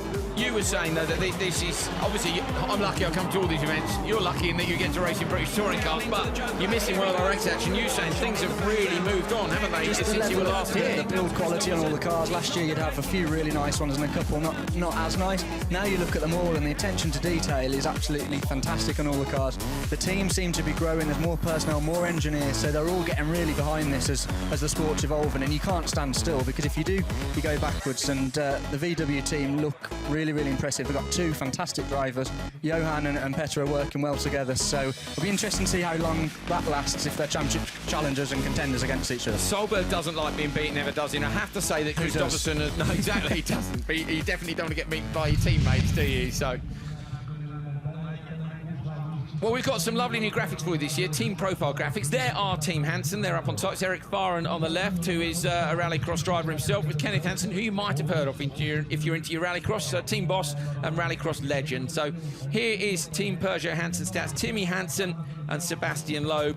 No introduction needed, I think, for Loeb. 9-time World Rally Champion Timmy Hansen, of course, started his career in single-seaters and moved across to follow his dad into Rallycross. So they're the difference between these guys. Remember, Loeb's only been in this championship for a year, whereas Timmy Hansen's been with us right since the start. So you can see a big difference in their statistics there. Once we get on to this next part, Sebastian Loeb, in terms of making the semi-finals there on the right-hand side, 92%. That was 100% for Sebastian Loeb until the first round 3 weekends ago in Barcelona, when he missed the semi-finals for the first time, and that was a bit of a disaster for him right at the start of the year. 8% of his events won, of course that's because Sebastian won in Latvia last year. And as the season goes on, you're going to see those graphics develop and the numbers change. There'll be a great way to keep track of the form of the drivers. Solberg down in their fantastic paddock area, the blower there at the front, blowing cold air through the front-mounted radiators, of course, pretty radical for Rallycross, but it's all working so far.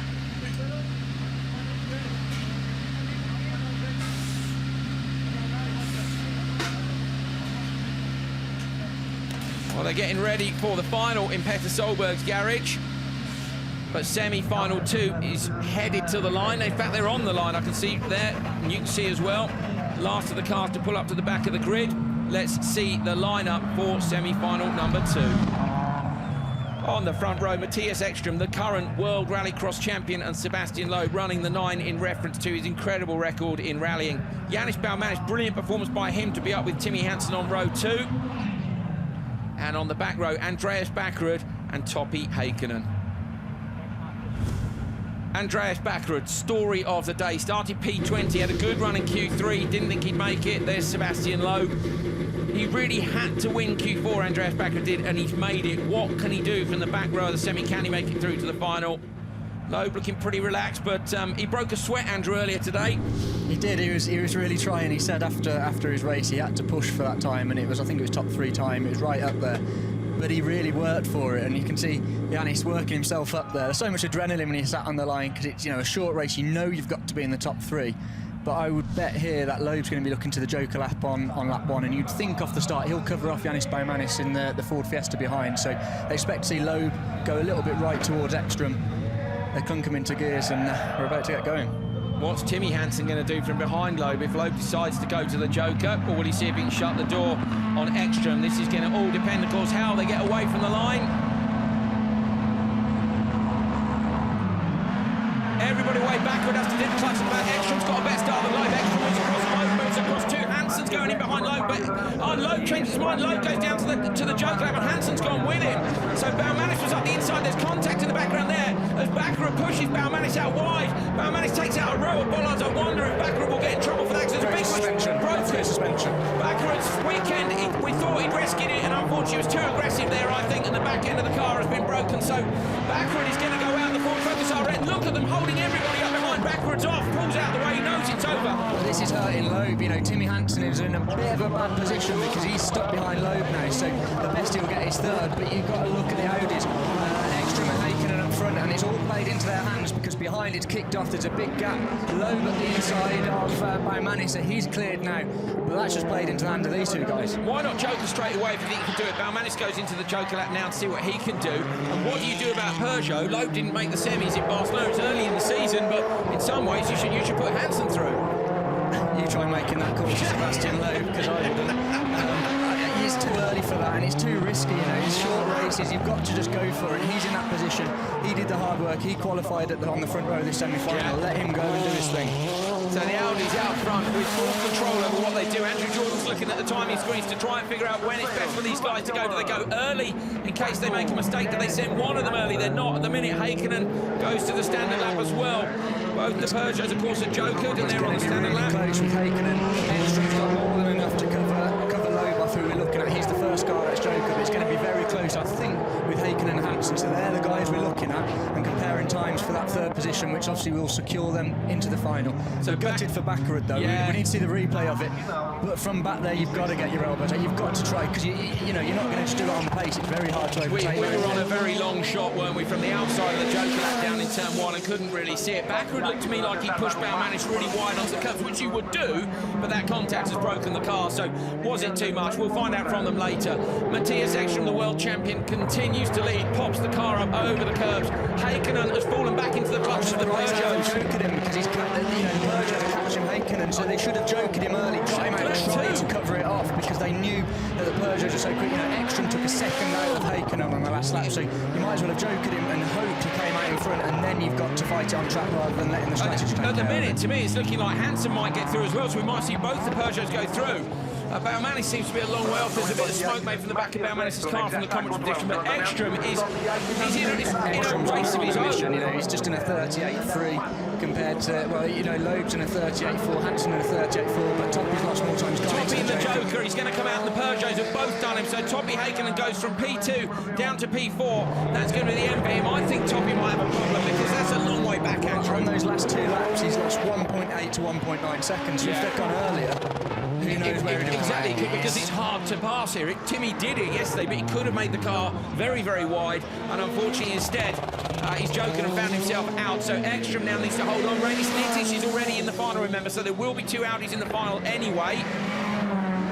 Down towards the joker lap goes the world champion. He's tidy on the brakes. There's a lot of dust on the apex down there now.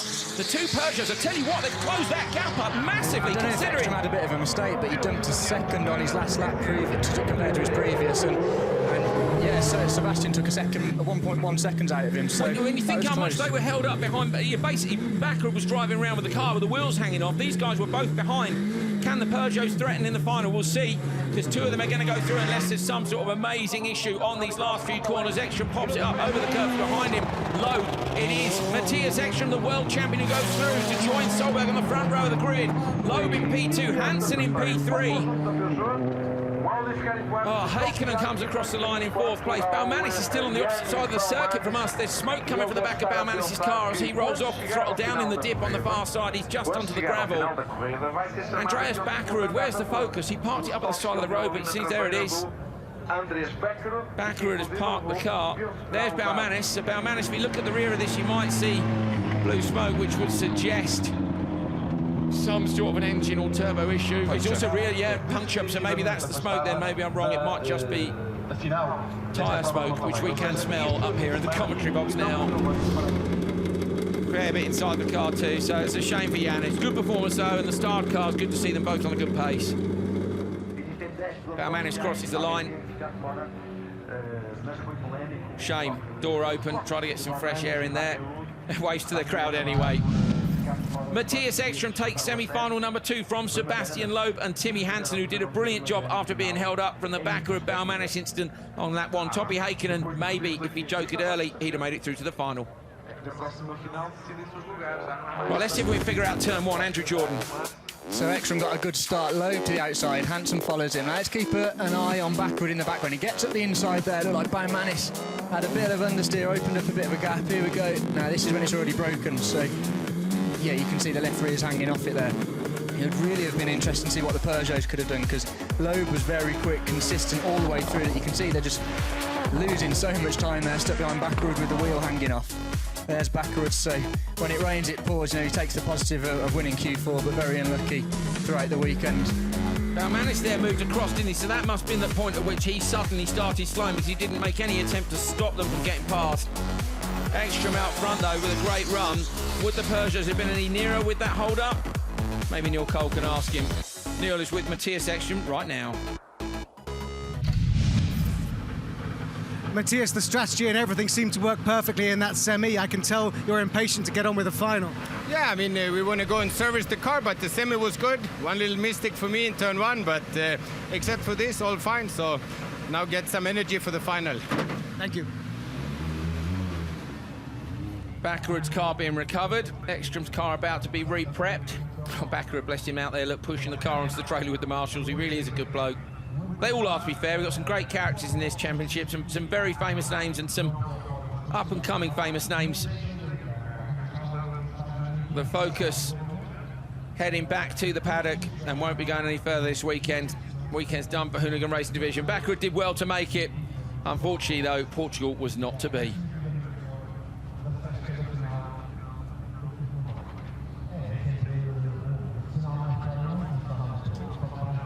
Super 1600 are here this weekend. It's the first round for Euro RX for them. They're at selected events during the course of the World RX season, along with, of course, touring cars and RX2, which we'll be seeing, I think, from Belgium onwards. These are the semi-finals. So Szabo on the inside in the white Fabia, the current champion. On the outside of him, Yusupiteri Lipperhelmer, going very well in the Twingo. The strategy was split down onto the first lap, and from then on, well, doors open on the outside. That was Gergely Marton, who had an absolute shocker. That's not what you need. But you're never going to be quick with half a sort of shed-shaped aerodynamic device off the side of the car, are you? But out front, as I say, Szabo pushing. Maybe not aware that Lepperhelm was going quite so fast in the background.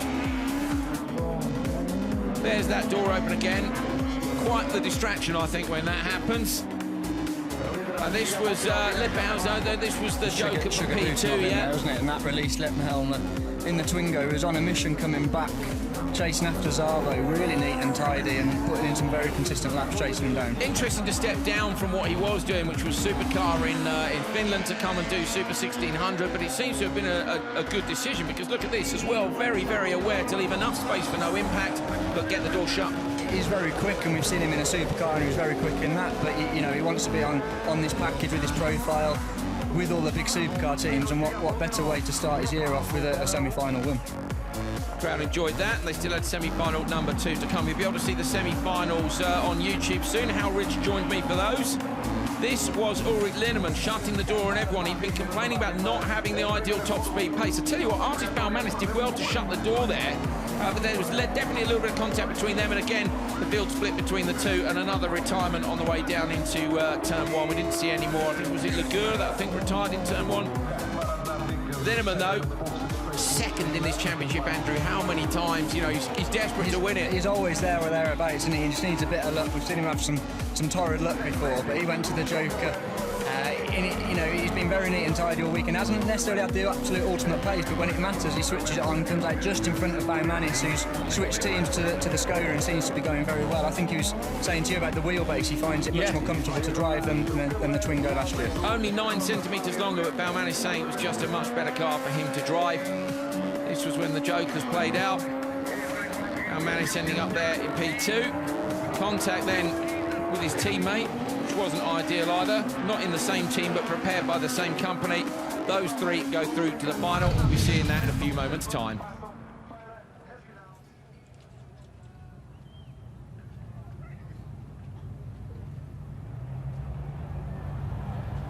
European Rallycross Championship for Super 1600 is up next. Front-wheel drive, 1600cc, normally aspirated engines. If you're new to Rallycross, we have several support categories that join us during the course of the year. These guys being Super 1600. Here's their lineup for the final. Yusupiteri Lipperhelmer on the front row with Ulrich Linnemann. Christian Szabo, the current champion, on the second row with Artis Baumanis. And then Kasparas Navikas and Timur Shigabutinov making up the rear of the grid. Frantic action from them. They don't normally use quite so much curb as the supercars do, being only 2-wheel drive. And you can hear there the difference in the engine note. These guys revving up over 10,000 RPM, so they don't have the same rev limit that these cars used to have when they're in rallying. Look for Lipperhelmer on the inside. Szabo hooks it up nicely from row 2, but Linnemann shuts the door on him immediately. Szabo tries to move across to the inside, but can't, so it's Linnemann and Lipperhelmer down towards the first corner. Lipperhelmer's trying to push Szabo wide. Contact between them. What are you doing? Wheel off Lipperhelmer in the gravel. Far too much contact on the way down to turn 1. The wheels off in the gravel trap. Disaster. Talk about taking yourself out of the race. He didn't need to do that. You know, he was alongside Szabo. Szabo wasn't really going to do anything around the outside, but Linnemann again on the start. He had a car length within the first 50 to 75 metres, so he's getting very good starts. But a great shame for him. It was.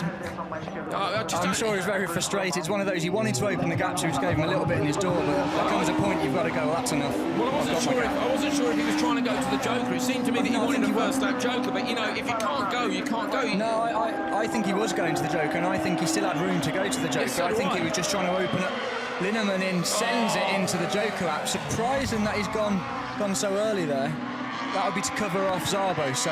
Oh, comes out just in front, my goodness me, that was more information than we do, and that was worthwhile doing, wasn't it? And he sent it in there all sideways on the way in, but they know Szabo's very quick in that Skoda, so they did that to cover off and get track position. This is what we think they should have done with Häkkinen when he knew the Peugeot had been held up. He didn't need to do it to both the Audis. Send Häkkinen straight away to cover the Peugeots off, let Ekstrom check out into the distance, and it's cost them a car in the final, in my opinion. That's Supercars, of course. Super 1600 in the background. You can see the damage to the front of Christian Szabo's car, the current champion, the white Fabia. When you see it's right up behind Linneman in the background. At the minute, doesn't seem to be causing any problems. Shigabutinov and Navikas out front. It was Navikas, of course, who came together with Baumanis in their semi-final. So Baumanis has jokered. So looking at the left-hand side of your screen, those who haven't jokered have got a cross next to their name. Same as Supercar for Super 1600, 6 laps. One of them's got to be a joker. Andrew Navikas is right behind Shigabutinov here, and these guys, the others are starting to gain on them. Yeah, it's all close, and you know, Linneman really is the first car that's jokered, and he is 2.3 seconds behind, so that's more than enough time. You know, it's a tricky job for the spotter because you've got to look at who you're racing. You know, Linneman knows he's going to be racing Szabo because Szabo are jokered. He was the lead car at jokered. But you know, you need to look at your splits. They're all doing splits with into the Joker. into the Navikas, sorry. So Navikas into the Joker. Where's he going to end up? How's that going to affect the decision? The others, there he goes. So Baumanis goes through. So he was right behind Shigabutinov. I think Shigabutinov's in danger here of being had by Baumanis as well. So we could see these three heading through. Shigabutinov's got 2 laps to go. When do you go, Andrew? Now and respond? I'd try and go now. If he's catching you, you've got to go as soon as possible. And the spotters are timing splits all around the lap, so they're not just looking at the end lap time and the gap. Szabo having a look around the outside. Get the car straight on the exit, just try and find some traction. I think Szabo might have more ultimate pace, even with the front wing missing from the car. But he's got to get past Linneman. Watch these two guys as they head down the straight. Szabo was the champion from Linneman last year by just 2 points. Down into the hairpin at the end. Szabo again has a look up the outside. Now he's going to look up the inside. He gives a nudge to Linneman on the exit. I'm surprised Shigabutinov didn't go because Baumanis took half a second out of him on that last lap. So if he'd gone, he might have again got that track position. So he's just losing time every lap, which is then making it harder and harder for him to come out in front with the Joker. Right, Baumanis then could well end up on the podium here. If Shigabutinov jokers late enough, but Baumanis will end up taking that final spot. Szabo's looking really racy, isn't it? I don't think he's necessarily just going to settle for a second here. I think he's putting on the pressure. I wouldn't be surprised if he has a bit of a look somewhere on this last lap. Into the Joker, let go Shigabutinov. This is for a podium position. He comes around that corner. Artis Baumanis has got to shut the door now. Baumanis is going to try and send the car. Shigabutinov, what a Joker lap. Szabo as well. Oh, Shigabutinov's having a look for second. I thought he was going to go up the inside of Szabo. Decides against it. How close for a podium? I think there might be a move coming from Szabo. He keeps looking, and I think he might have a little look. Is he going to settle for points, or is he going to try and send it up the inside? He's got Shigabutinov, of course, behind him now as well. Shigabutinov starting up the curbs. Baumanis has a look as well. The Portuguese crowd going mad. Shigabutinov has made a last corner move. Got past Szabo. Linneman takes it, but it's the silver position for Shigabutinov from Szabo with a pass right up the curbs on the inside. We'll see what the stewards think. I think it's clean. I'm not sure if there was a little touch on the way in. That's what the stewards will have to look at. Was there contact to open up the gap? Was there pushing? He might just get a reprimand and be lucky, but yeah, they like that. They do enjoy a good overtake. Crowd right up over the gravel section. Linneman's pleased to take the win. He took the win here last year.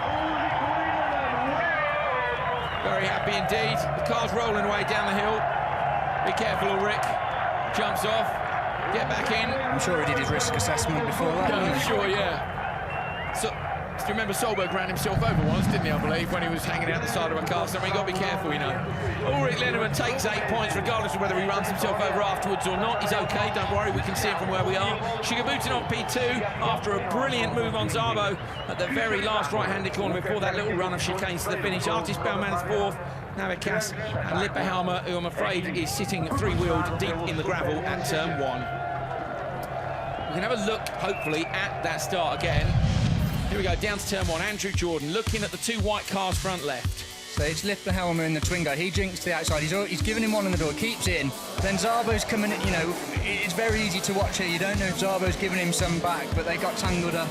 It's one of those, get through the first corner. Yes, you want to race hard, but get through the first corner first and then try and sort it out. That was Linneman, very good joker there. You see how much speed he carried in. I was going to say, was it quick or not? Because it was one of those ones where he's just sent it, and in some ways, tidiness could he have been quicker. But it doesn't then matter. There is that dust on the apex we've seen over the last few races. People are dragging dirt on, so whether he's arrived there a little bit sideways, then come over that big patch of dirt. And sent it. Either way, he got it done. Now, this was the joke lap. I think Shigebutinov, this was an absolutely amazing joke lap. Here, look, as well, Szabo was right alongside Linneman at that point, so it was really close. Let's have a look at the green car. Is there a little tap there? Yeah. Little tap there. I think that was just a hard move, if I'm honest, but I'm not a steward, so I'm a driver, so I'm bound to say that. Yeah, you are. Great stuff from the Super 1600s. That's the first round done.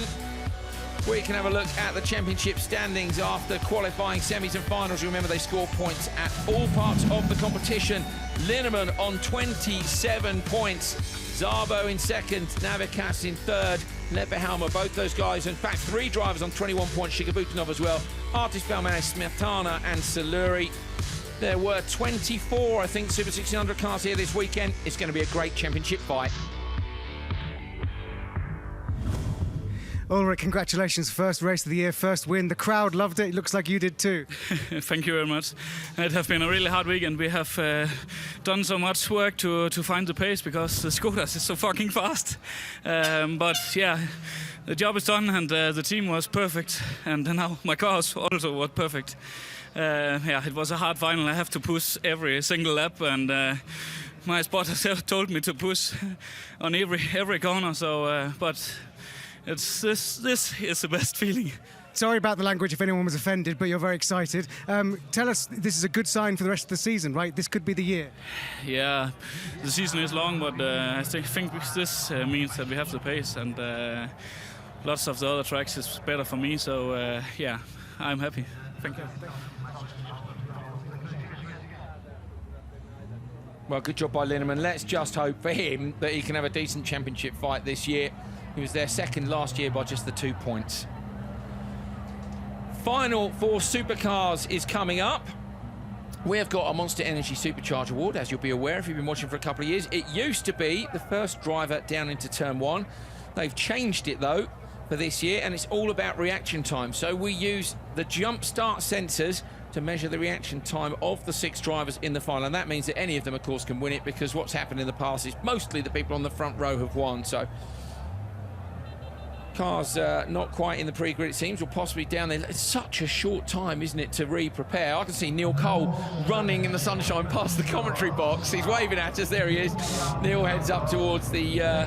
he's about halfway between where he was and where he needs to be if you're at home, and it's quite a long way and it's hot. And behind him, our cameraman is running as well. There we go. So those guys are going to be hotter, I think, than the drivers who are just slipping into the race suit. And a race suit, Andrew, is not ideal clothing, is it, for a weather like this?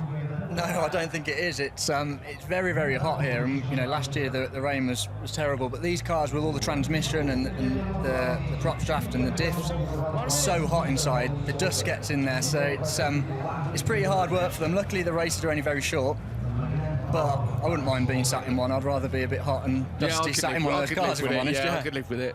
I doubt I'd still be sat in it now. We're at the final stage. I suspect, you know, I might have finished sometime this morning at the end of Q4, but hopefully, Andrew Jordan, we might see you in the final stage, of course, because you're coming back to race at Linden Hill for Timo Scheider. Is not here that weekend. You're going to be back in a supercar. I bet you cannot wait. I can't wait, and you know, the level's going up all the time, so hopefully I think the plan is to have a test maybe in Austria before that weekend. I know the circuit, and it's going to be a really cool event. You know, 50 years of Rallycross, the last Linden Hill event, so it's going to be something special, and for me to come and do my home event. You know, I've had a podium there. I think the level has gone up a fair bit, but I'll be, you know, if I could get through to the semi-finals, I'd have had a pretty good weekend, and then we'll see where we go from there. Well, we really hope to see plenty of home fans there to support you, and of course Guy Wilkes at home at Linden Hill. That's at the end of May, but we're looking at the final here in Portugal, cleaning the screen for Solberg. They've just done Christopherson's as well. Neil Cole's down there, having run all the way up to the pre-grid, and he is with Sebastian Loeb. Sebastian, you're behind Ekstrom and Solberg, but this could be your chance of a podium, maybe even a win. Yeah, but for sure we have a lot of fast cars in the heat, with the 2 Volkswagen and Ekstrom in front, so it will not be easy, but for sure I will push and I will try my best. And give us an idea what the conditions of the track are like right now. How the conditions are? It's dry, it's quite dusty, so it will be important to have a good strategy, not to be too close behind another car, and we will see. Thank you. Strategy will be important. What are they doing on Solberg's car? A little check of tyre pressures, it looks like, Andrew. Sounds like they're bleeding them down a little bit, I would think. You know, if they're two guys there working on it together, it's hard for us to see in the sunshine. Maybe they're just trying to hide it from us. Neil is with Johan Kristoffersson, who of course is in the sister car. Let's hear from Johan. Johan, you've been the quickest man on this track through most of the sessions. What can you do to bring home a win? We will see. I mean, all guys in the final seems to be very, very quick, and especially the 3 guys around me. So Peter, Matthias, Sebastian, Timmy, and yeah, basically everyone is very quick. So we will see, but I will try my best and hope for the best. I mean, it will be very, very nice to be on the podium, but I take the points what I get. Thank you. Good luck. Johan is I think, looking incredibly dangerous for this year. If it wasn't for the stall in Barcelona, I strongly believe he would have been able to challenge Ekstrom for that win there. You know, this is a new team. They've got to get everything together and start gelling, make sure everything's perfect. He missed a joker. These things happen. I'm surprised both him and Bakker have missed one in one weekend. But with Bakker, we had a radio go down, yeah. So, you know, you can't help that sort of thing. And it's easy from the outside to say, oh, don't you know when it's your last lap? There's so much going on, you really don't. But interesting that the team are obviously bleeding some tyre pressure out of Solberg's car there. You could hear them leaking the air out of the tyre. If they're the tyres he's ran on in the semi-final, they'd have come up to pressure, maybe gone over pressure a little bit. So they're, you know, just the small adjustments on the pre-grid when it's very tight on time.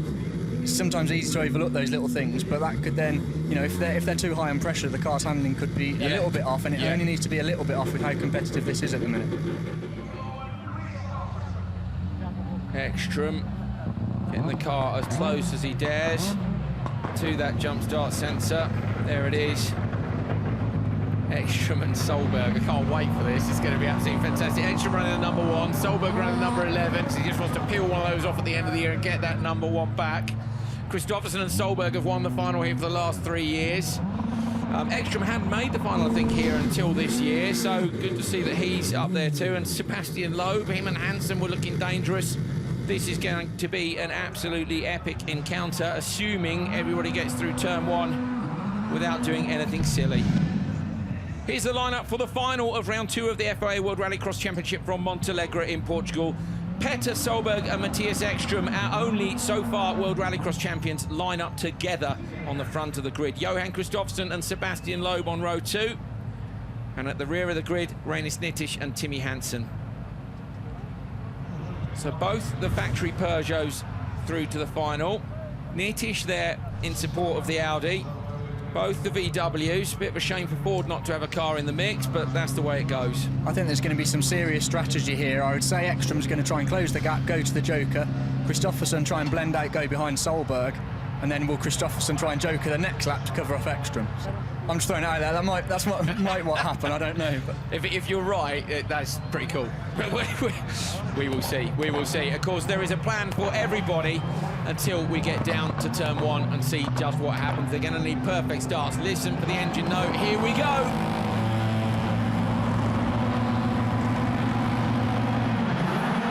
Oh, great start by everyone except, I think, Sebastian Loeb looked like he got a terrible start. He goes backwards. He's squeezing the door big time on Nittisch in the background. Loeb, though, pulls out straight down to the joker. Ekstrom's gone into the joker.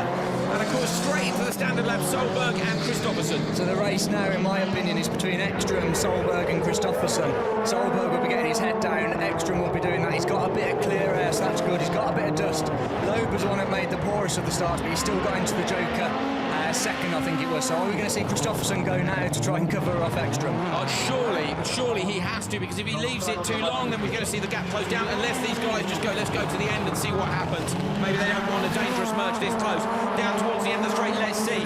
Wait and see when they hit the brakes. Solberg moves across, Kristoffersson goes on the brakes too. Both those guys and Nitish are all going to the standard lap, and Ekstrom, Andrew Jordan, is already staring at it. Ekstrom wins the Supercharger Award. I think he won it in Barcelona as well. I think he did. So incredible reactions from Matthias Ekstrom.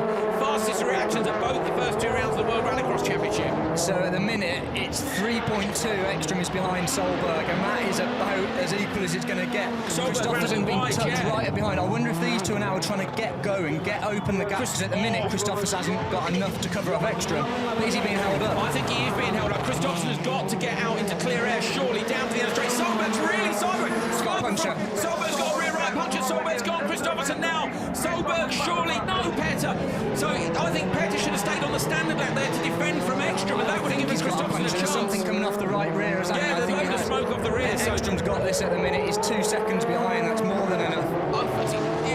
Although it's not very friendly tactics, if Solberg had stayed on the standard lap there, he would have held Ekstrom up for a couple of seconds. That might have given Kristoffersson a chance to break away. You can't maybe think that quickly. I think that was a quick reaction from Petter in the car. He didn't want to go that route. But Ekstrom again, he necessarily haven't had the fastest package this weekend. The VW, I'd say, over a lap has been quicker.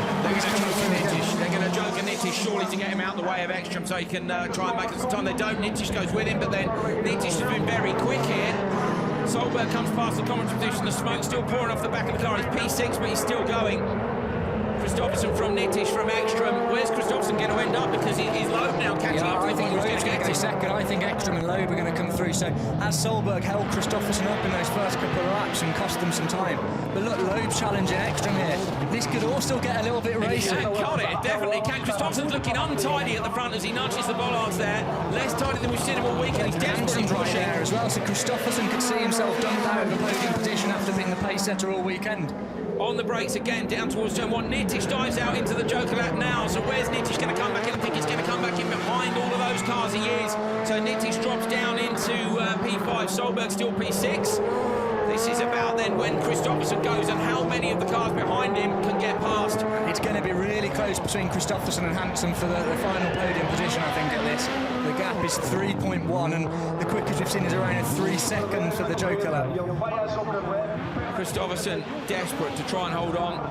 He'll get a good points haul either way, but he's actually going to take his second win of the year. He comes past us. Sebastian Loeb is all over the back of him. Loeb pulls out from the slipstream, has a little look around the outside, has a little look up the inside. Kristoffersson into the Joker lap. Where's he going to go? Is he going to get P3? Hansen's going to try and shut the door. Surely between them. So close. Kristoffersson just comes out. He holds onto a podium position. He's just in front of Timmy Hansen, but we're now racing to the line. Sebastian Loeb, the 9-time World Rally Champion, is right up behind Matthias Ekstrom. Ekstrom rides the curves on the inside, round to the right-hander. Loeb's looking up the inside. He's got the nose up the inside. They ride the curves together this time. Ekstrom on full lock and full power behind. Kristoffersson's got Hansen right up behind him too. He couldn't be closer, but Ekstrom takes round 2 of the World Rallycross Championship over the line with Loeb right behind him and Kristoffersson too.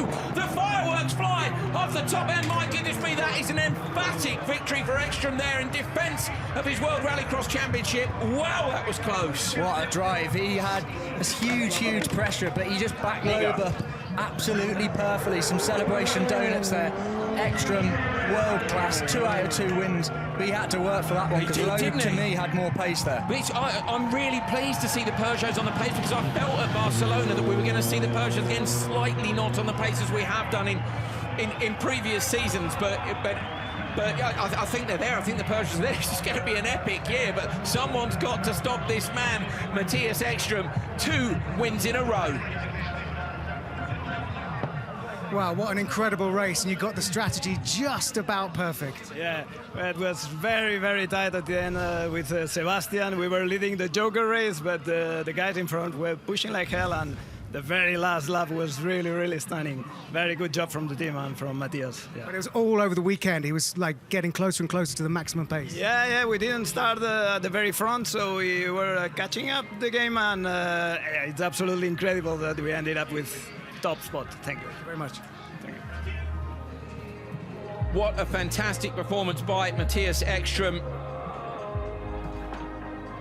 Brilliant job, 2 wins in a row. But the pace between those top cars is looking so close. The Peugeot's there.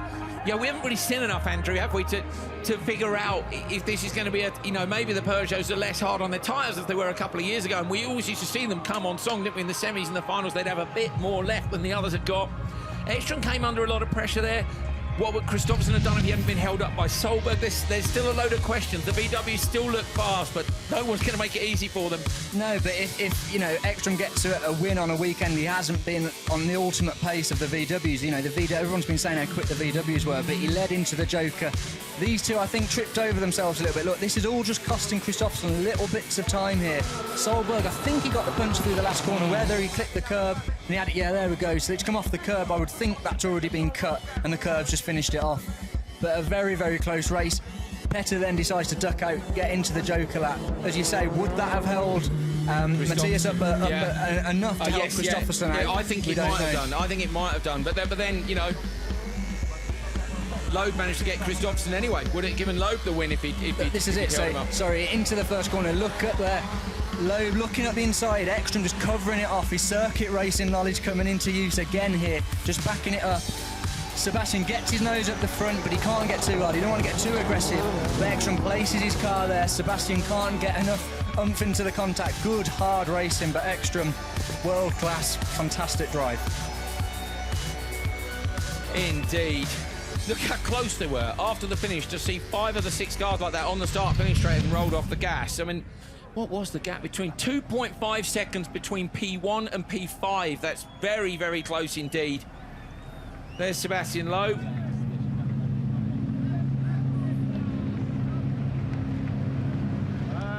Fans are going to be heading down towards the podium, and we'll be seeing the champagne sprayed very shortly. Fantastic racing in Portugal. What a great weekend.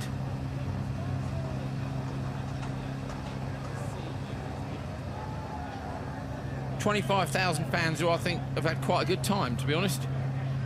Had some good racing to watch, haven't some they? Incredible weather and that too. Final just capped it off, didn't it? Through the qualifying race, everyone's a little bit steady because it's all about that race time. They don't want to go too aggressive. They threw that out the window for the final and got stuck in. Let's see Ekström's reaction. I wonder what we can read from it. Of course, we've got the press conference afterwards as well, where we'll grill him about how hard it was. Here we are. Helping him out of the car, is very kind.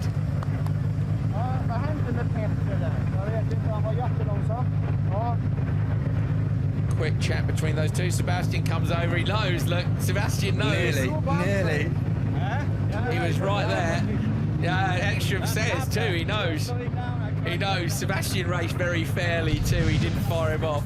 On board with Sebastian Loeb then. So he didn't get the best of start, did it? It spun up a little bit. You'll see he goes to the right and then he realised he didn't want to get bottled up and all of that. Sends it past them, catches Ekström a bit on the brakes. Ekström gets it stopped, kicks a bit more gravel onto the track there. But then it was always going to be a straight race with these guys and the VWs from here on in.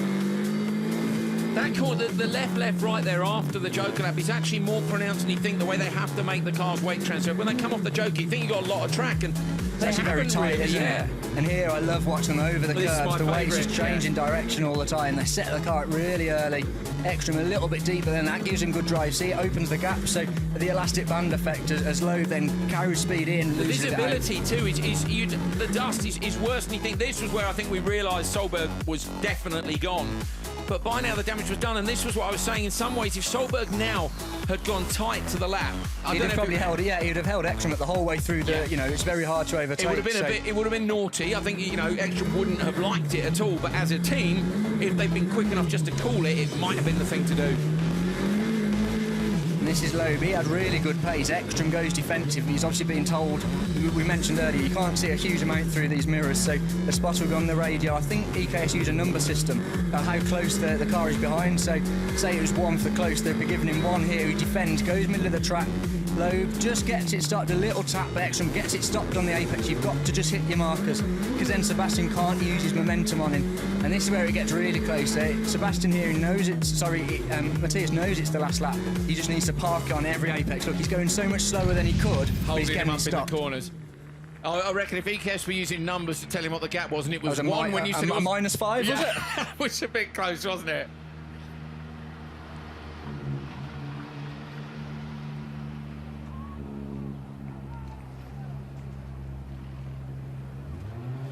Well, here's the result for the final then of round 2 of the FIA World Rallycross Championship. Matthias Ekström wins, takes 8 championship points, an extra 3 look over Sebastian Loeb, who was so close behind him.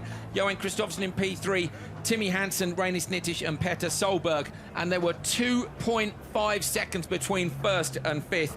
That was super, super close. Unlucky for Solberg. VW will get the job done soon, I'm sure. Johan, that was a very dramatic final. Talk us through it from your perspective.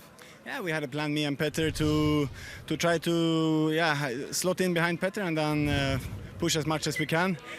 We know that the first lap Joker is a little bit quicker, so yeah, we had a plan to push as hard as we could. But I think Petter got some problem on started on lap 2 and 3, somewhere there.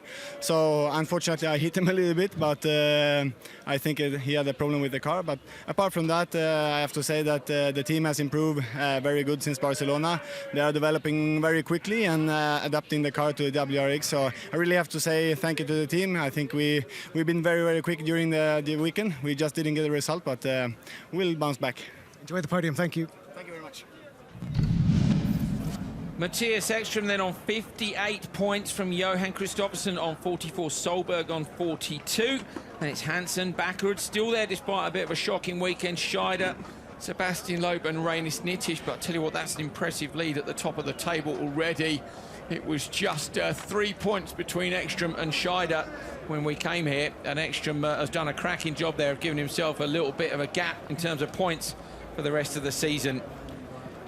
Neil Cole's down the podium area and he found our second place man, Sebastian Loeb.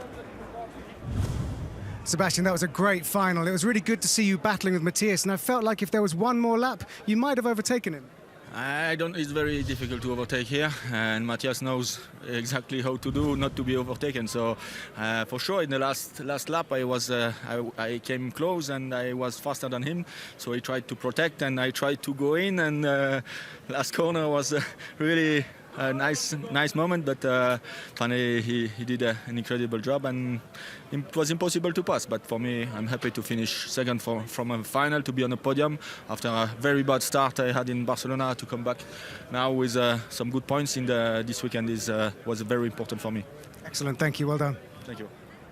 Massive smile on Sebastian Loeb's face tells you all you need to know about whether or not he's enjoying his time in the World Rallycross Championship. 600 horsepower supercars with four-wheel drive are good fun anyway, but when you're P2 and literally pasted on the back of Ekström's bumper, you're going to be having a good time. Great to see the Frenchman with such a big smile on his face. We can go and see our winner, Matthias Ekström. Let's see how happy he is. Matthias, 2 event wins out of 2, but this time yesterday, I guess you were feeling you weren't so confident that you would come away with a win. No, I mean, Rallycross is Rallycross. You have to fight until the bitter end, and for sure we have seen a lot of cars being very competitive this weekend that weren't ours. I mean, there was quite should I say, big swing from the first round, but we managed to come to the semis, be on pole there, win one semi, be in the final, and I just gave it everything I could until the tires were cooking, and then the last 2 laps I was just trying to nurse the car home, and I had a hungry Frenchman hanging on my bumper, but I know Seb, he's a man of honor. I think he wouldn't do anything ugly, and I just tried to keep it neat and tidy and get the win, so for sure I'm very happy. It was very exciting racing to watch as well, to see such great drivers, great cars in action. But this, for you, must be very good for the championship. It's always good to win races. That's what we all are here for and we all were dreaming of. But I must say the competition is very high. We have been focusing a lot in our team to just try to take care of the details, as we have the same car from last year. And we can see others have made big improvements. But, you know, in the end, you have to finish to get the trophy, and I'm sorry for Petter. He was really fast all weekend long, and I don't know what his problem was, but I saw he was struggling, so unfortunate for him. But you know, sometimes it will be us, sometimes it will be them, so I hope over the season everybody will have the amount of good and bad luck so we can have a fair champion. Okay. Enjoy the trophy, thank you. Thank you. Great to see Matthias so pleased as well. Ekström into his celebratory donuts. Very, very close at the top, but great job by the world champion. Now, what's that done to the team's standings? PSRX Volkswagen Sweden then in the lead. I think they came here equal on points with EKS. Nikes in second now on 77. Team Peugeot Hansen up. Hoonigan Racing and MJP Racing are down.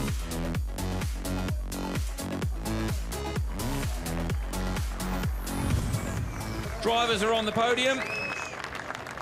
Kristoffersson up, shaking hands with Ekstrom and Loeb. I think Kristoffersson knows there that without Solberg being in front of him, he might have been at least one step further up that podium, Andrew. No fault of Solberg necessarily, but that's the way it goes. It was interesting on Kristoffersson's interview. He said, I think Petter had a problem when he hit him. So was the puncture caused by the contact, or was that the problem? So, yeah, but Sebastian Loeb in his interview looked like he'd had a blast, and he looked like he really enjoyed it. He really loved it. I was talking to Timmy and Kevin, and they were saying they'd actually watched some of the TV shows from last year and seen how they felt even amongst their own team, and seeing Sebastian, how much he's enjoying this championship even more as time goes on, which is fantastic. A guy of that calibre to be having as much fun as he is. For Ekstrom, well, that's a big old champion. It's something like 14 points. I missed exactly what it was when the graphics were on, but it was 3 when he came here, and it's that consistent high performance is what gets championships. Absolutely, and even when you think you're having a bit of a tough weekend, you know, he always holds it upside down, isn't he? To then still dig deep and to come out with the win is a mark of a champion, and yeah, pretty impressive, isn't it? Yeah, very impressive. Here was Sebastian Loeb. So Loeb getting the brunt there of the champagne shower, I think. Oh, there's some for Kristoffersson just at the end. Yeah, good effort, Sebastian. Just saved a bit. One last shot. Great stuff. What a fantastic weekend here in Portugal for round 2 of the FA World Rallycross Championship. Since some close racing, I wasn't sure the Peugeots were going to be close enough this season, but they seem to have closed the gap here in Portugal. The VWs still look ominously strong to me, but they haven't managed to get the act quite together. How long is it going to take them? Andrew Jordan, good first weekend back with us. Very good, very competitive. The final was a great race to watch, and hopefully I can be part of one soon. Well, very much looking forward to seeing Andrew Jordan competing, of course, at Lydden Hill with MJP Racing Team Austria. Come and see us there. Can we get another podium for a Brit at home? We'll see. But this, at the minute, is all about Matthias Ekstrom. 2 wins in 2 events in front of a packed 25,000 crowd in Portugal. Brilliant job by him. Our next event is Hockenheim with the DTM. Can Ekstrom do the double there again? It's on in 2 weeks' time. We'll see you there.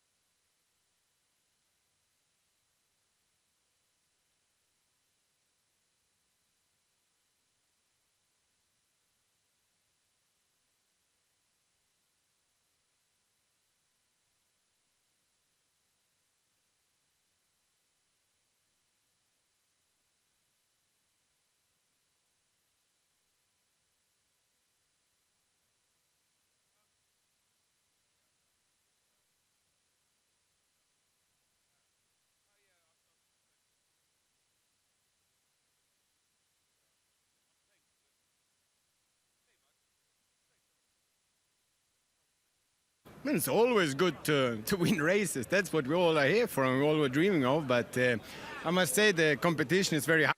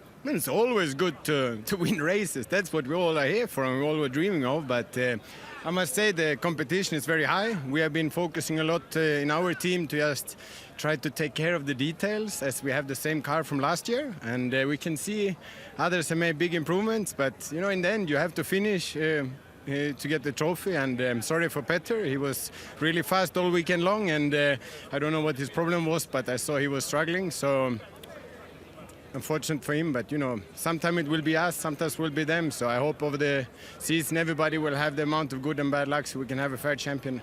Okay. Enjoy the trophy. Thank you. Thank you.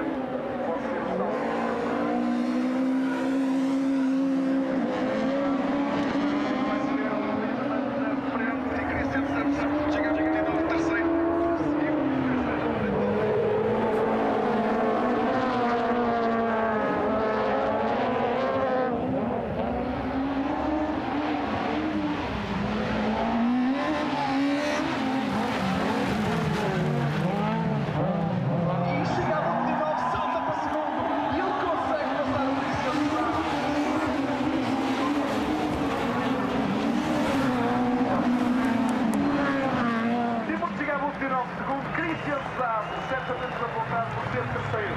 Grande manobra, desafio a chegar ao final. O homem merece uma grande salva de palmas. Ele aproveitou o buraco da água de ultrapassar, não fazia nem estragou nada, consegue arrancar o segundo lugar a 150 metros do final. É impressionante, com corrida para conseguir, com um carro muito mais rápido, vai ser a segunda maratona. Aí está a salva de palmas para o único